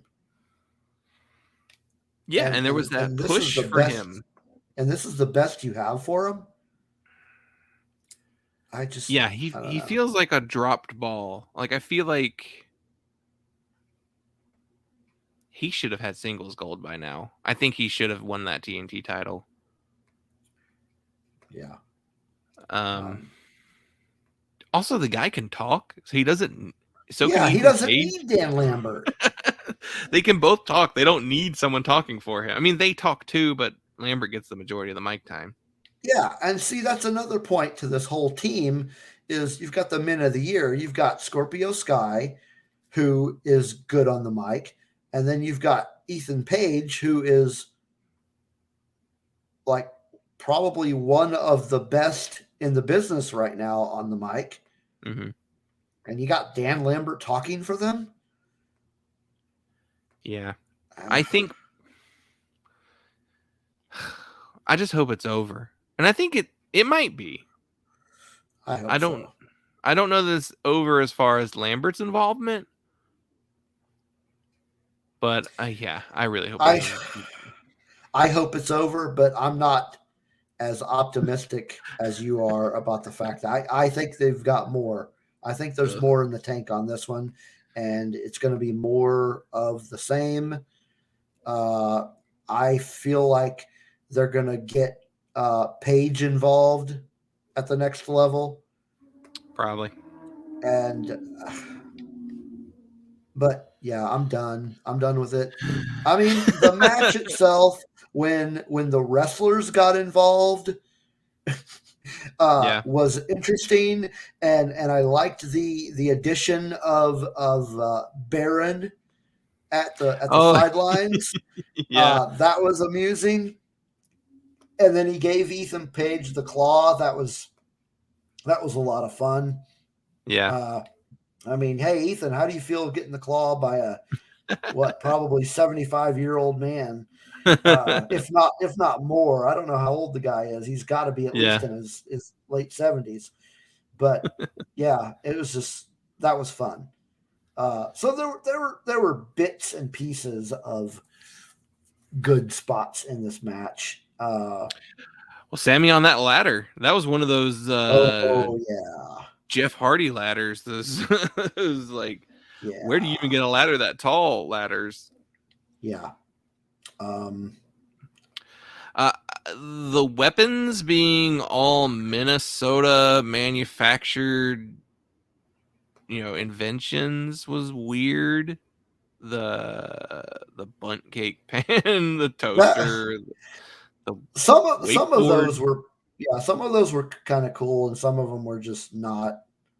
It just didn't. It was like no, like the bunt cake, like you mentioned. Yeah. What?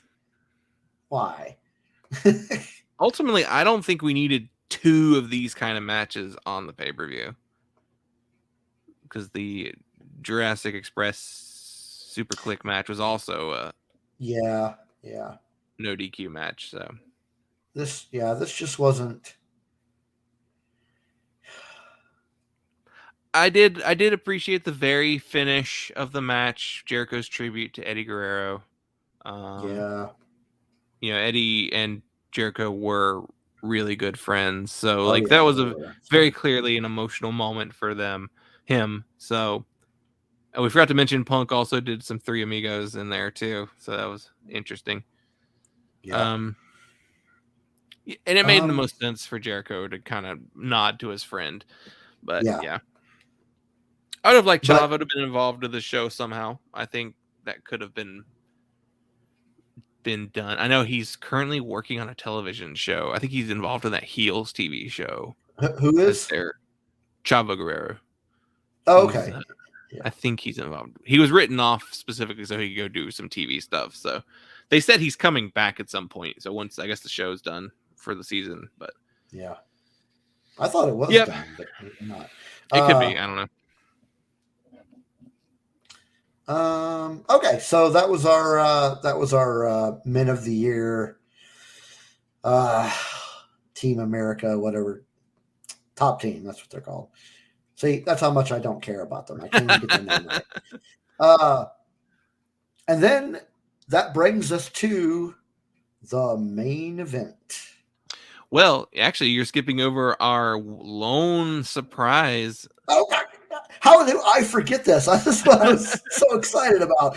Oh my gosh, I'm just losing it today. No, yes, we did get a surprise announcement, and you're right, it was the lone announcement for signings, but I, for one, was very excited to see this. Referring, of course, to Mr. Jay Lethal. Jay Lethal is now All Elite. And I am extremely happy. Jay is one of those wrestlers that I started getting interested in back in the TNA days. Oh, yeah. And really liked him, and then kind of lost track of him at some point. And then it turned out he was in Ring of Honor.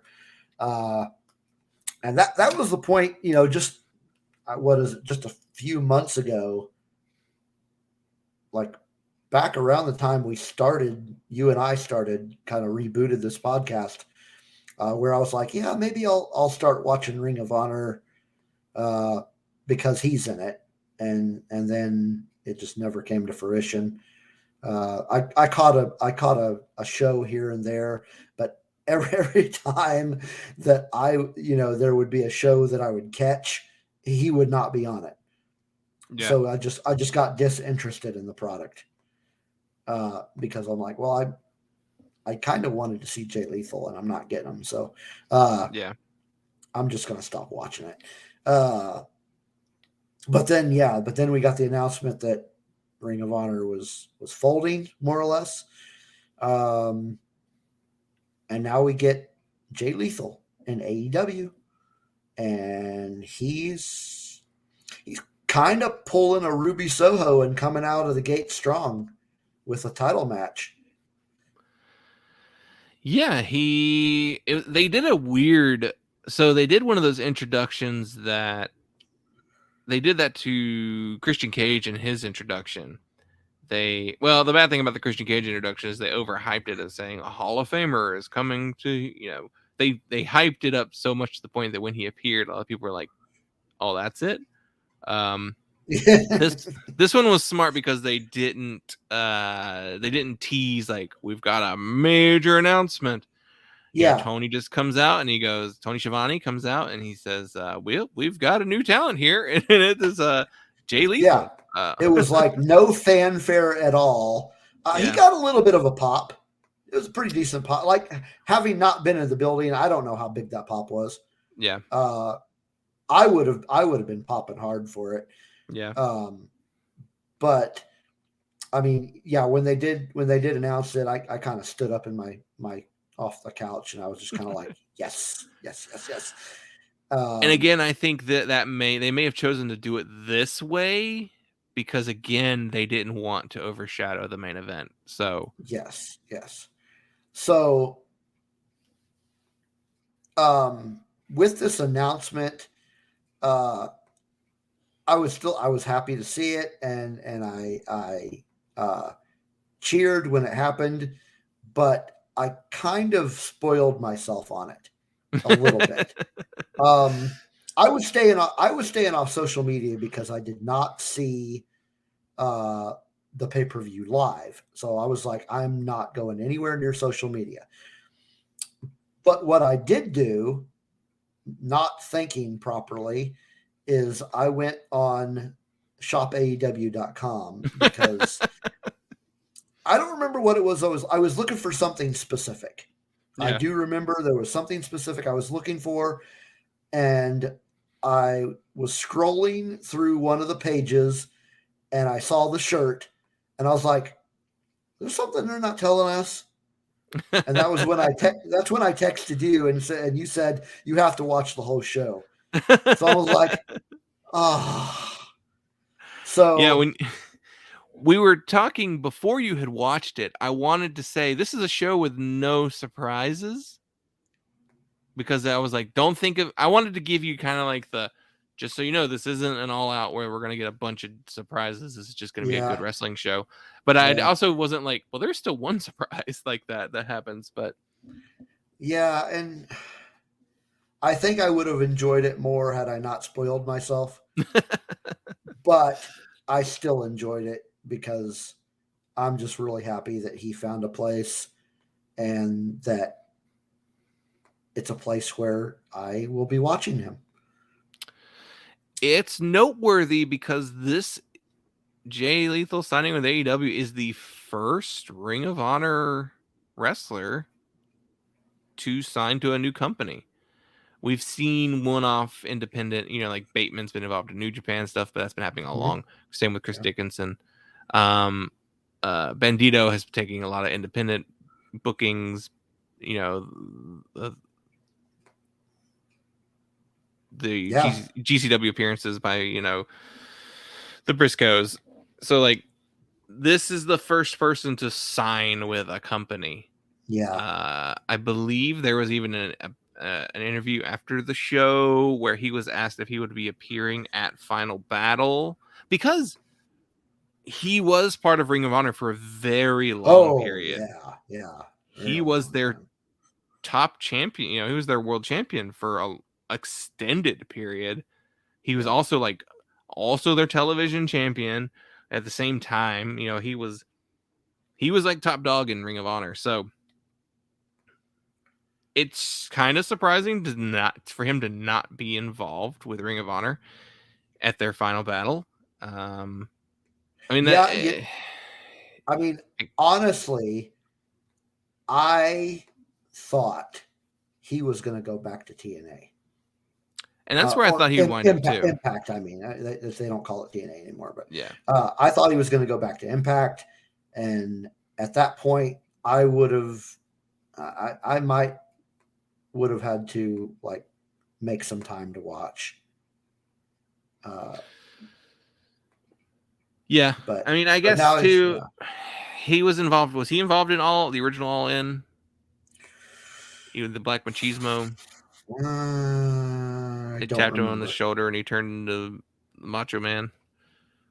I think that was All In. So there was a connection there already made. Yeah. AEW needs they've made a point to saying that they need black stars. So, and he's a big name. He comes with some baggage too, though. You know, he has been named in some misconduct, you know, accusations in his time in Ring of Honor. So I don't know whatever became of any of those. Supposedly Ring of Honor was going to do an investigation at that point, but you know, he stayed with the company. So, you know, there's imagine they didn't find any issues because I mean, in this day and age, they probably would have released them. Yeah, it's hard to say. And then during the speaking out moment, there was some other accusations by other women in Ring of Honor. So I don't know what, you know, Tony Khan is not dumb, so he has to know that those accusations are out there. So you have to hope he at least did his due diligence. And you know, unfortunately, in situations like this, it does become a he says she said situation, and the people paying the bills, I guess, decide who they're going to listen to. So regardless, I didn't want this moment to pass without mentioning that, at least. But yeah, very, very interesting moment. I'm very curious to see where this goes, and I also wonder if we're going to see more Ring of Honor names start to pop up soon. Yeah, maybe. But yeah, so he'll have a match at Dynamite for the TNT Championship against Sammy Guevara. I'm sure it'll be a very good match. It'll be entertaining, definitely. So that brings us to the last match of the night, the main event. Yes, we finally have Kenny Omega versus Hangman Adam Page for the AEW World Championship. This is 2 years in the making. Yep. The promo package right before the match was really good, and then the Hangman Adam Page entrance from all the way down the street on his horse. Looking back on past moments, where you know he lost the first championship match, and then the tag match with Kenny, where they lost the tag titles there. 2 years in the making. How did it pay off for you? I think it was a really amazing match. I enjoyed how it turned out. I was happy the way it turned out. This is one of those matches where I was rooting for both of them. Because you know I'm a big Kenny fan anyway. But yeah, I just really wanted to see Adam get what was so rightfully his. I mean, Yeah. You know, coming in when AEW first started, I'm certain I wasn't the only one, but I was almost certain he was going to be the first champion. So it kind of surprised me when it was Jericho, but not that I didn't like Jericho as a champion, but I really thought Adam was going to be the first one. But yeah, I thought he did. He performed really well. Against a, I mean, all things being fair, a technically superior wrestler. Yeah, and I don't think that is slander on Hangman or anything like that. He would probably agree, you know. Not at all. But for him to perform as well as he did, and look as good as he did in that match, I think is a real testament to his talent and to his really just growing as a wrestler. Because we're talking about one of the first, more or less, AEW homegrowns. Yeah.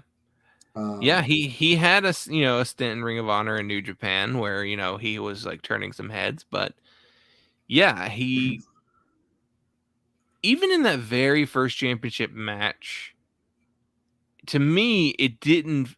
I thought maybe they would go with him, but also at the same time, to me it didn't feel like he was ready to be a world champion yet.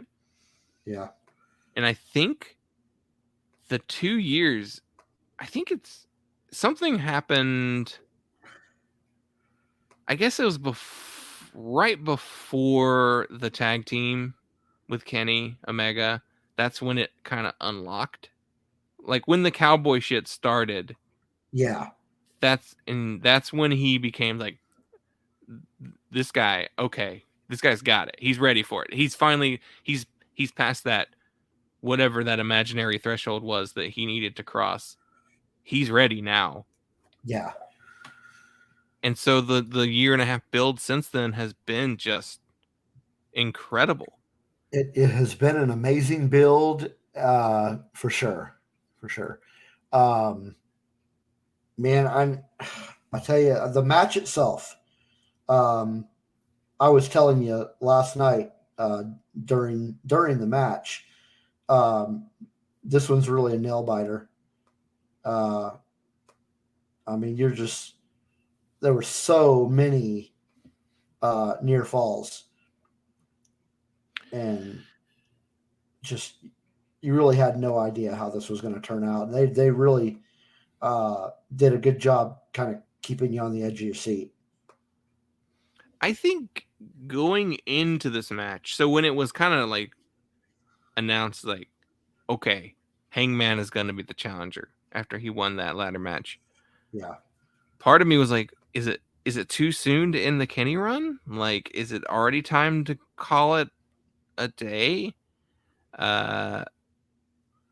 But I say that as he was over champion for over 300 days, so it hasn't felt that long, but it really hasn't. so like he's had a good long run. He did that. He was the belt collector period, which I also never felt like we got far enough, but that's in the past.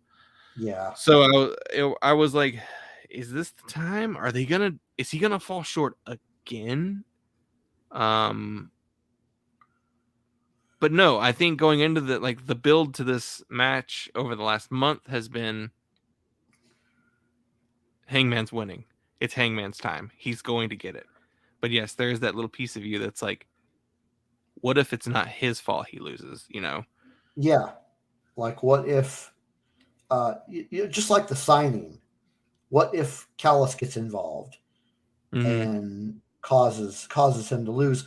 And it looked a couple of times like that might have happened, because he was trying to get involved. Yeah, I mean he straight up got involved in multiple Yeah, instances. Actually like even hitting, kicking like Hangman at some point. yeah, So I was like, oh, here comes that Callous win. Here yeah, he's gonna help Kenny win again. yeah. The most interesting moment to me was when the Bucks came down to the ring, which was a reference to their period where there was the storyline where the Young Bucks didn't want to.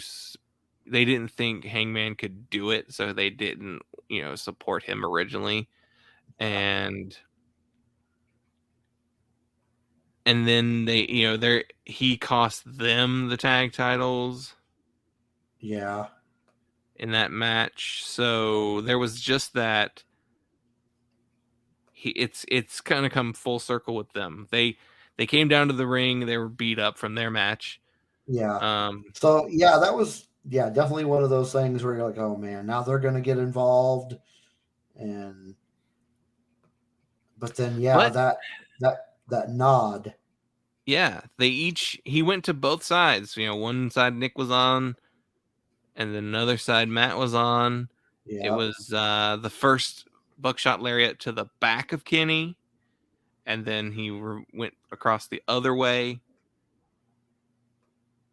He even does a one-winged angel on Kenny at one point. Yeah. Part of me was wondering if this was going to be the match where someone finally kicked out of Kenny's one-winged angel. That did not happen yet, which just still is building for whenever that moment actually happens. Yeah. It may not happen. I think if it happens, it'll be Kota Ibushi, but that's in the future for sure. Not Okada? No, I don't think so. I think it's Ibushi because that's the story that's yet to be told in New Japan. Is the Kota Ibushi and Kenny Omega? They were best friends, the Golden Lovers, and then Kenny left. So that's the story. But no, I think with Okada we're gonna get Okada versus Bryan Danielson. Which I hope that happens. Yeah, that'll be pretty great. But yeah, Hangman wins. Yeah, he is now. Hangman wins, and so what does that mean now for Kenny? I have one theory. Yeah. Yeah. I think, and this kind of goes along with the conversation that we're having right now about Kenny. I think he's going to show up at Wrestle Kingdom. I don't know. There's some stories that I just saw recently that Kenny has been wrestling with a shoulder injury and vertigo. Yeah, since vertigo. 2018. I mean, he's clearly worked at a top level over the last, since 2018, if that's the case. So I don't know. Maybe he's going to take a minute and relax and rest. He probably needs it. Though, interestingly, I feel like he didn't wrestle a lot in the last 6 months, as much as he, did during the pandemic, shows. Which, yeah, that could be part of his shoulder issue and his vertigo issue too. So yeah, if that's the case, then I want him to take a little rest and get well. I'd be okay with that. Yeah, I'd be okay with that. I don't, as much as I want to see Kenny Omega wrestle. I'd going back to our previous conversation, I'd rather just see him healthy. Yeah. And then Dark Order came out to celebrate with Hangman, and it was just a nice feel good, moment on the show. It's the thing that everyone, had 2 years have been building to. So yeah, I'm so excited for the possibilities that this is. Yeah. What this is going to mean. I guess now Bryan Danielson is his number one contender. Yeah. I could see this being Bryan's first loss because I don't see them taking off Hangman yet. I feel like that would not be good. That would be horrible. That would be a terrible move. But I also could see Hangman getting a win over Bryan Danielson would really cement, a huge win in his, career. So yeah, it's exciting. I don't know when that match will happen, but we may actually not see that match for a while. We may be getting a Bryan Danielson that wants to continue to fight other wrestlers before he does a title match. It's always a possibility. He could just kind of save it for later, but I don't know. I mean, Revolution is in March, so they could put it off till then, but that is kind of a long way away. It is. I guess we'll see. There's always the TBS debut too. There's that, and then didn't last year? Well, that's probably still a Dynamite match, but didn't they do I forgot the name of it. It was like a New Year's Eve or a New Year's Day special of some sort. I forgot what they called it. You know what I'm talking about, right? Yeah, there was Winners Coming, which was in December, and then there was a New Year's bash type thing. Maybe they'll do it for something like that. Yeah, maybe. I could see them doing it on the first TBS episode too, just to kind of get people to watch it. get good numbers for the first episode, That'd be a good one. Yeah, that'd be a good way to start things off. But which that's in January, so yeah, that'd be a month and a half build. Actually, that's a long build. yeah, that is. I could see it happening though. I could see. I just see Bryan Danielson milking it for a little while. Yeah. But well, that was Full Gear for us, which brings us to this week's top 5, which is top 5 active factions or stables. Yeah, depending on your preferred term. Yeah. So, who do you want to start? I'll go first. Okay. Your number. We're going to go ascending order or descending order, or Ascending order. So I'll start with my number 5. okay. I'm going to go with a Lucha Libre Trios team, Nueva Generación Dinamita. Oh man, my Spanish is terrible. Dinamita? Dynamita. There we go. New Generation Dynamite. That's what it translates to. This is El Cuatrero, Sanson, and Forastero. They are 2 brothers and their cousin. They're second generation wrestlers. They wrestled and kind of made their name in CMLL, and then have actually this year just transferred to AAA.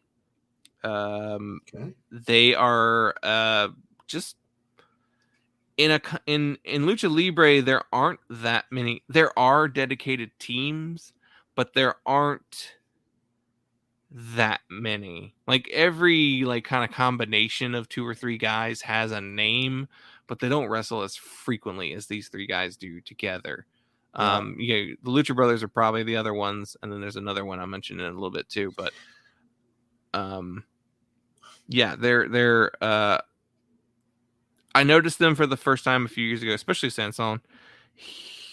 They're just really good, and they're really fluid, and they have a good look. They have black and white masks. That's like their specific look. Mm-hmm. They just move so well as a unit. They're excellent. If you've never seen any of their matches, seek them out, because I haven't. Really cool. And I was just thinking while you were talking about that, as much as I like that style, I find it a little odd that I've not caught any of these AAA matches. Yeah, AAA used to have a pretty good US footprint. They for a while were on the Pluto TV. They had their own channel. They had a YouTube channel, which is where they put up their weekly television show. And then the company that owns AAA yanked any international streaming, because apparently they didn't actually have those rights or something along those lines. So now the unofficial source of AAA is basically just a guy who runs a blog. I think his username is the Cubs fan, and he's run a blog called Lucha Blog for a really long time. He's probably the preeminent Lucha Libre journalist, even though he may not even consider himself a journalist, but I think he is. He gives all the reports on all the big Lucha Libre shows every week, actually daily or whenever there's shows. Yeah. And he somehow has a stream where he broadcasts on Twitch. He puts the AAA shows on Twitch live. He somehow figured out a way to stream it there. So he's like the unofficial, ambassador for that country or for that company in America. Does he have a Twitter? Yes, he does. I think it's just the Cubs fan or something like that. Lucha Blog, though, that's usually what it's called. But yeah, his Twitter, if every Saturday night, I think he broadcasts the AAA shows. So yeah, I'll have to try to check that out. Yeah, I'd probably enjoy it, because I do like the Lucha Libre style. Yeah, a lot. Yeah. Okay, so my number 5 is Death Triangle.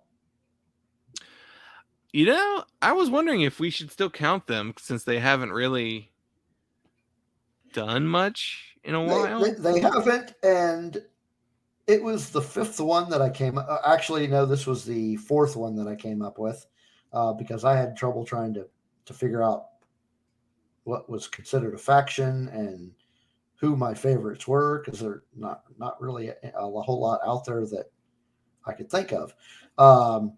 But I include them because, you know, I mean, Lucha Brothers and Pac. That's Yeah, right. yeah. Yeah. I mean, come on. Yeah, haven't seen a whole lot of work from this trio, but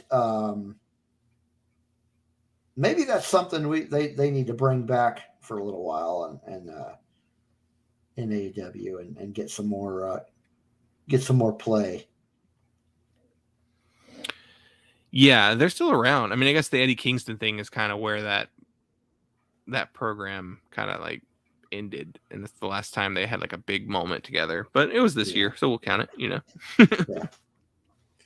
Yeah, so I don't know if you consider that active, but I just went ahead and used them. All right, my number 4 pick is a Ring of Honor faction, and it is La Facción Ingobernable. You may sense a theme here. So, La Facción Ingobernable is Dragon Lee, Roosh, Bestial del Ring, and Kenny King. Kind of the odd man out. So this group came about when Dragon Lee and Roosh kind of started their involvement with New Japan or with Ring of Honor. Okay. And basically there was a battle in CMLL where a lot of people left. The Nueva Generación, they left CMLL.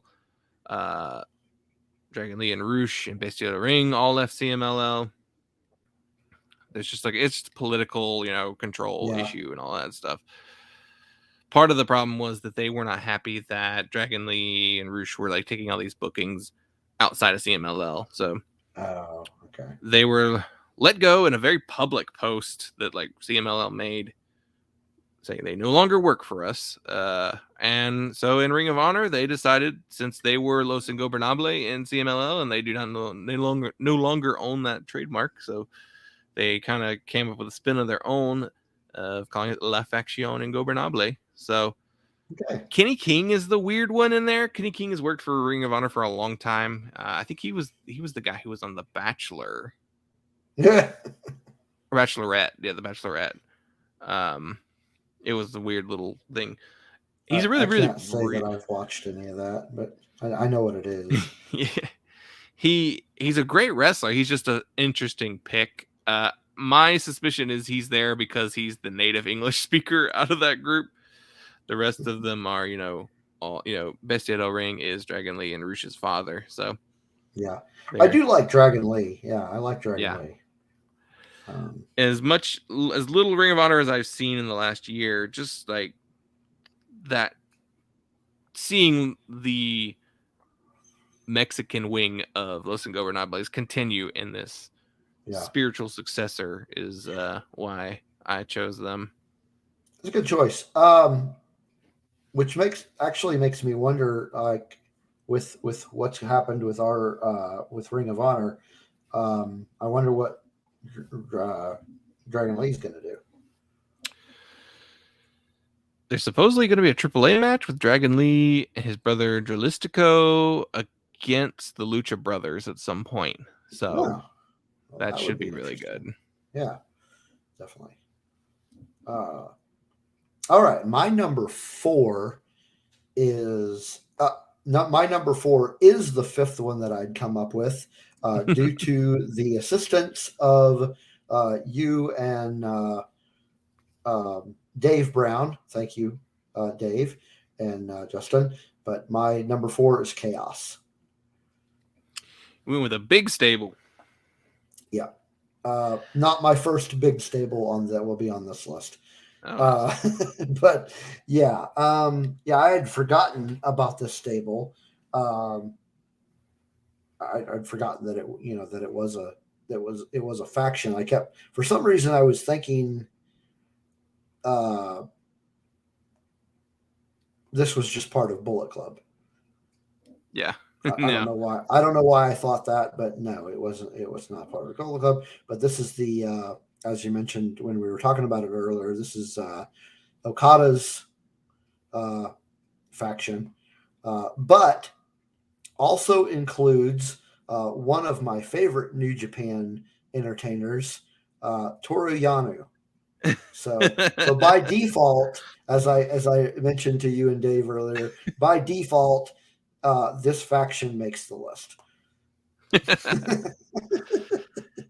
Chaos is an interesting group because they kind of are like the least defined stable in New Japan. Like they're not as like visually unified as some of the other stables in the company. Yeah, they're definitely not. Yeah, not like. Well, no, that's a tag team, not really a faction. I'm thinking of Gorillas of Destiny. Right. That's Yeah. just a tag team, but yeah, I could agree with that. They're not very. I mean, to the point that I didn't even realize that they were their own faction. Yeah, they started as a heel group in Japan. Shinsuke Nakamura was the original leader, I believe. Yeah, it's interesting to think of like they were a heel group and now like they've been a babyface group for so long. It's funny. For those unfamiliar with who's in Chaos, it's actually kind of grown a little bit, but the Japanese talent is Kazuchika Okada. He is their leader. We have Hiroki Goto, Tomohiro Ishii, and Toru Yano, as well as Yoshihashi Yo, formerly of Sho and Yo. And there's a couple other guys. Rocky Romero is a member. Mikey Nichols, who you may remember was briefly in NXT. Robbie Eagles. And as of last week, now the best friends. So that includes Orange Cassidy, Chris Statlander, Chuck Taylor, Trent, Wheeler Yuta. Like it's a yeah. I think this is cool that they're further kind of opening that door with New Japan. So I'll go ahead and say this. My number 3 choice is the best friends. Okay. Oh man, I didn't even put them on my list. Ah. So yeah, I was already a huge fan of the best friends when it was just Trent and Chuck, and then they added Orange Cassidy when they joined AEW, and then just continued to add people to it with Chris Statlander and now Wheeler Yuta. Well, I think he was added because Trent disappeared, wasn't it? Yeah, Trent got hurt again. So that's where Trent's been. Trent was also a former member of Chaos when he was in Japan anyway. He was part of Roppongi Vice with Rocky Romero. They were a tag team and they were part of Chaos. So when he left, then Rocky Romero put together Roppongi 3K and the Show and Yo and all those guys. But so it actually really made sense to extend an offer to the best friends to join Chaos. Yeah. It's all good. Good stuff. But yeah, I love the best friends. They're the earliest version, the original Trent and Chuck versions. It was almost comedy wrestling, but they were just so good too as actual wrestlers. Yeah, for sure. I mean, I do like watching Orange Cassidy matches. Yeah. You have to be talented to wrestle with your hands in your pockets. So. Oh yeah. But yeah, that's a good solid pick. Yep. I'd go with that. Yeah. Hadn't even thought about them when I was coming up with this. But my number 3 is Inner Circle. Oh yeah. Yeah.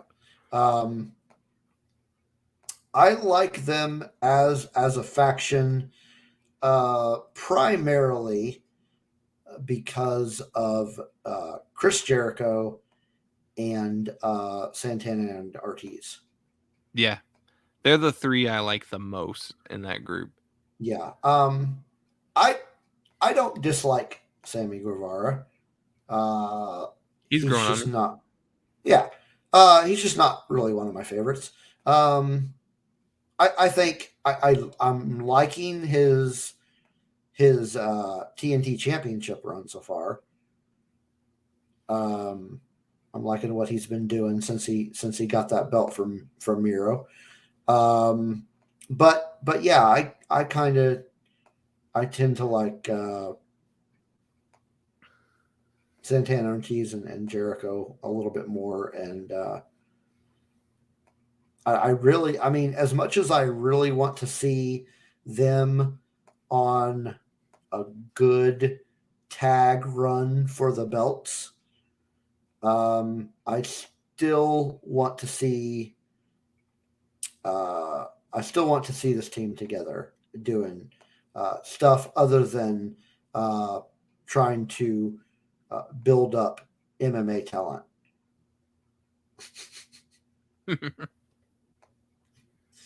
Yeah, I liked them when they were together doing.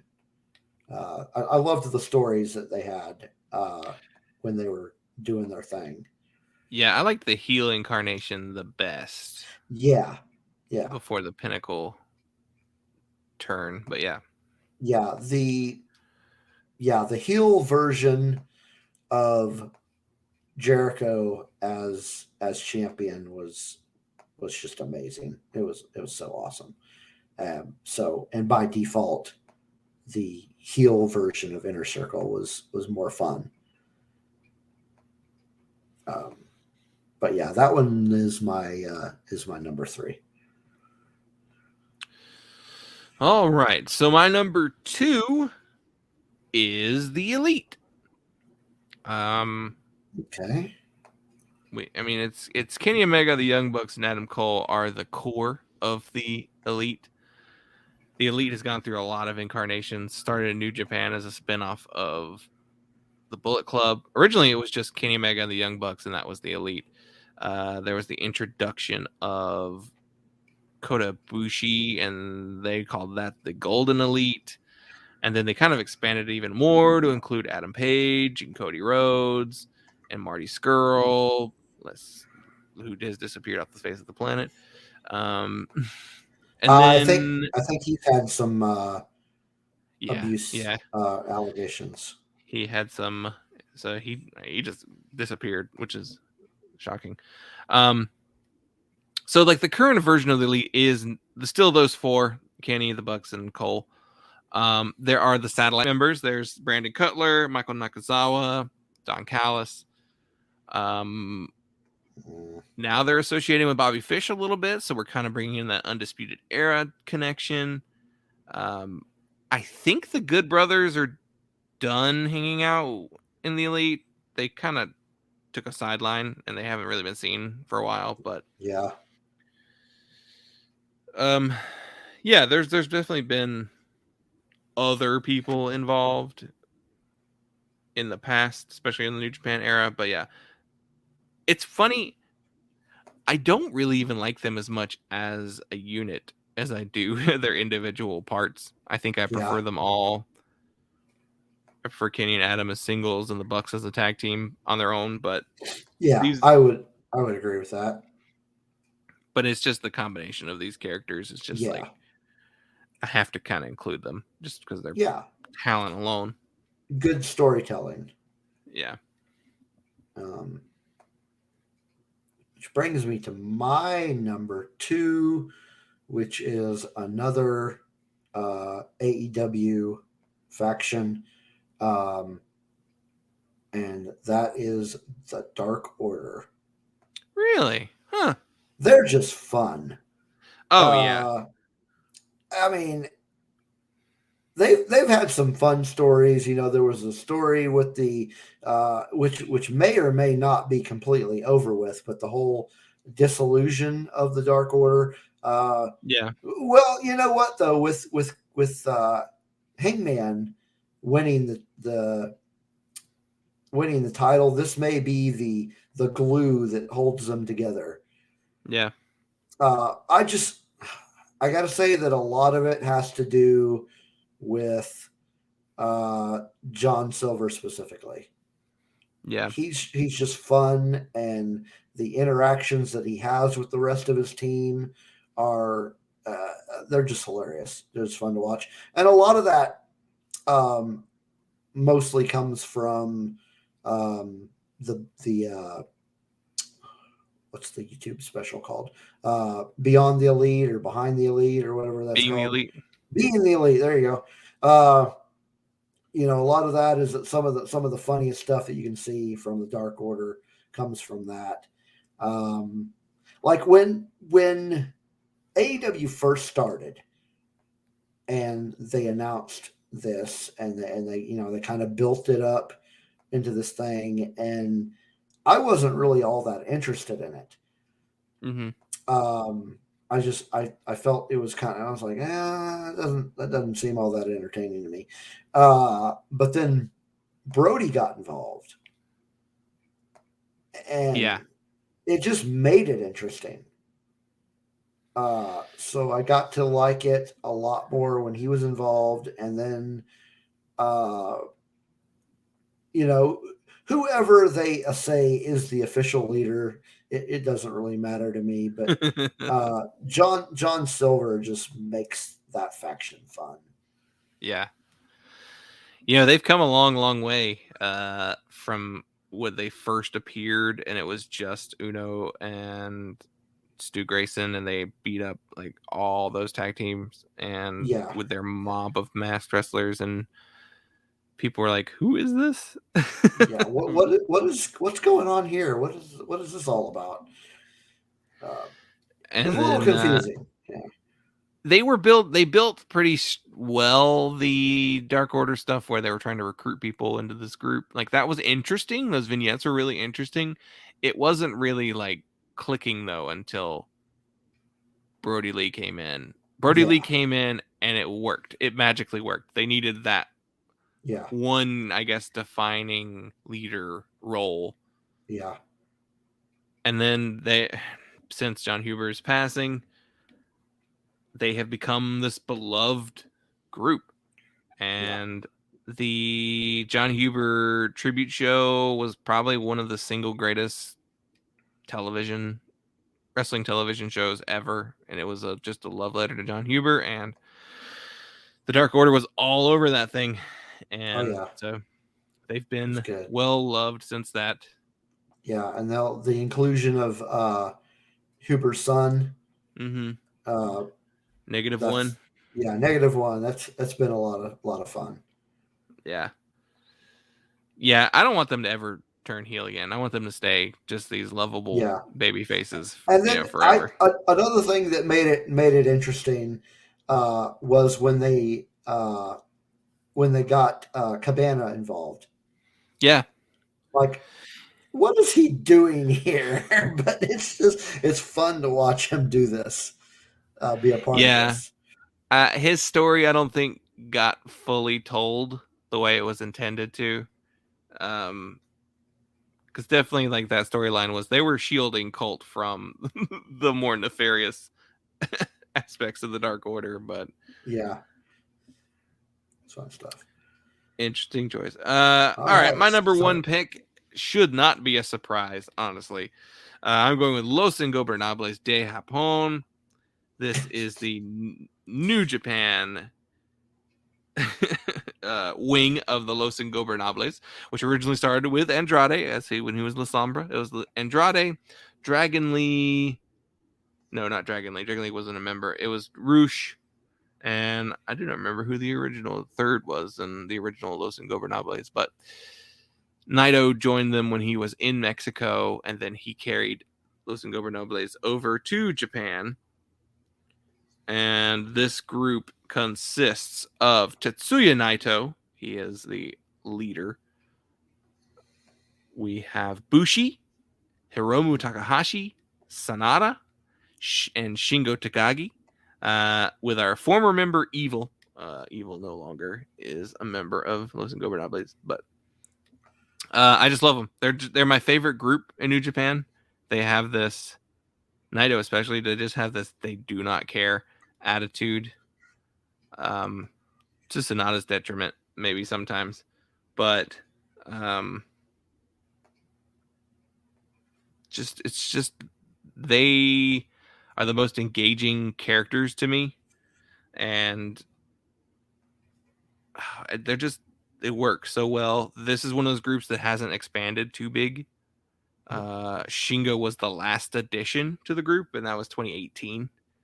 Oh wow! So, and then before that, it was 2016 where Hiromu Takahashi joined. So like, they didn't expand fast. It was a slow expanding group, and then when Evil left, they did not replace him. So, and I don't think they need to. I mean, unless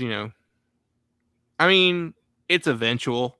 They'll have new members because Los Ingobernables move merch in Japan. So it's a faction that want to keep viable, but they're my number one pick. Very cool. In contrast, my number one is ever evolving and is probably the biggest faction in professional wrestling, and quite possibly one of the most popular, dare I say, and that would be Bullet Club. Yeah, I figured you were going to go Bullet Club. Yeah, well, I mean, this is one of those that's all encompassing and has members in pretty much, I think, every promotion. Although right now I'm trying to remember who in AEW is a part of that. And maybe not. Yeah, the Elite were, but I'm assuming that because they've been away for so long that they're no longer considered. But yeah, I don't know. I don't think they're on the active roster anymore. No. But I mean, we've even got. We've got members in WWE. At least I think they're still part of the Bullet Club. In the sense that they don't work for New Japan anymore, but right. They do things like AJ Styles was too sweeting like crazy. Prince Devitt, now Finn Balor, yeah. And then you've got the folks in Impact like Chris Bay, and Hikulea, and then you've got of course New Japan, where there's where the faction itself is further divided into sub-factions. Yeah. You've got the probably the smallest sub-faction is the Go to Sleep Club, which I don't think is an actual sub-faction. It's just a shirt. I think it's just Kenta. It's just a shirt. And then of course you've got House of Horrors. Yeah. And then there's another one whose name is escaping me right now. Yeah, there's the Guerrillas of Destiny. Right. No, I was thinking of another like actual faction, like an actual sub faction, and I can't think of who it is.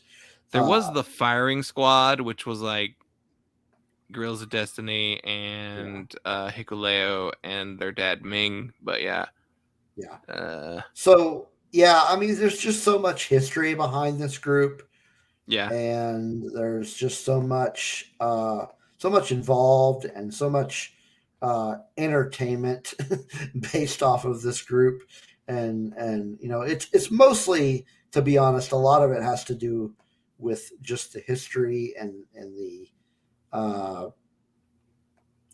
mean, this faction's kind of iconic.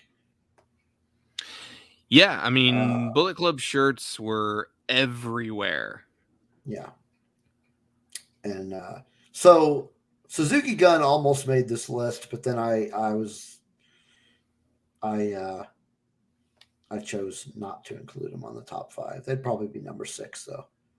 Yeah, they were on my maybe list too. I was like, well, Suzuki, Zack Sabre Jr., Taichi, Zack Sabre Jr. Yeah. There's a good batch there, but now there is a faction that is in New Japan that I had no intention of putting in my top 5, and that would be oh god, the one that Will Ospreay is a part of. United Empire, yeah. United Empire, yeah.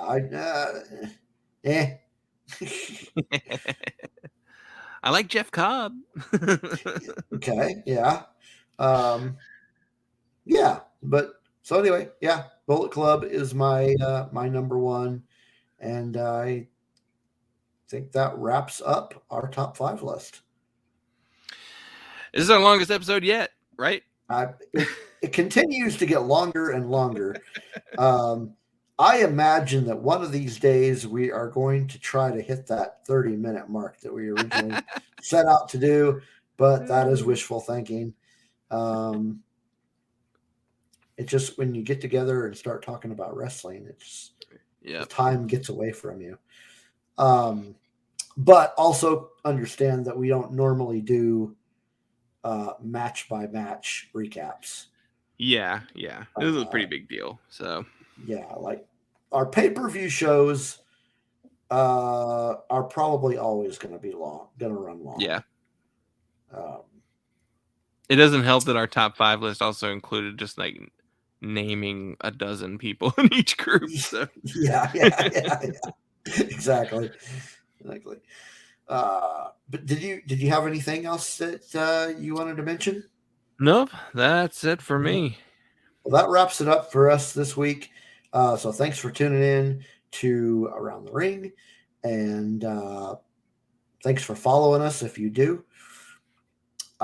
Next week, we actually might have a giveaway of some sort planned. So be sure to check us out next week for that announcement. And we'll see you next week.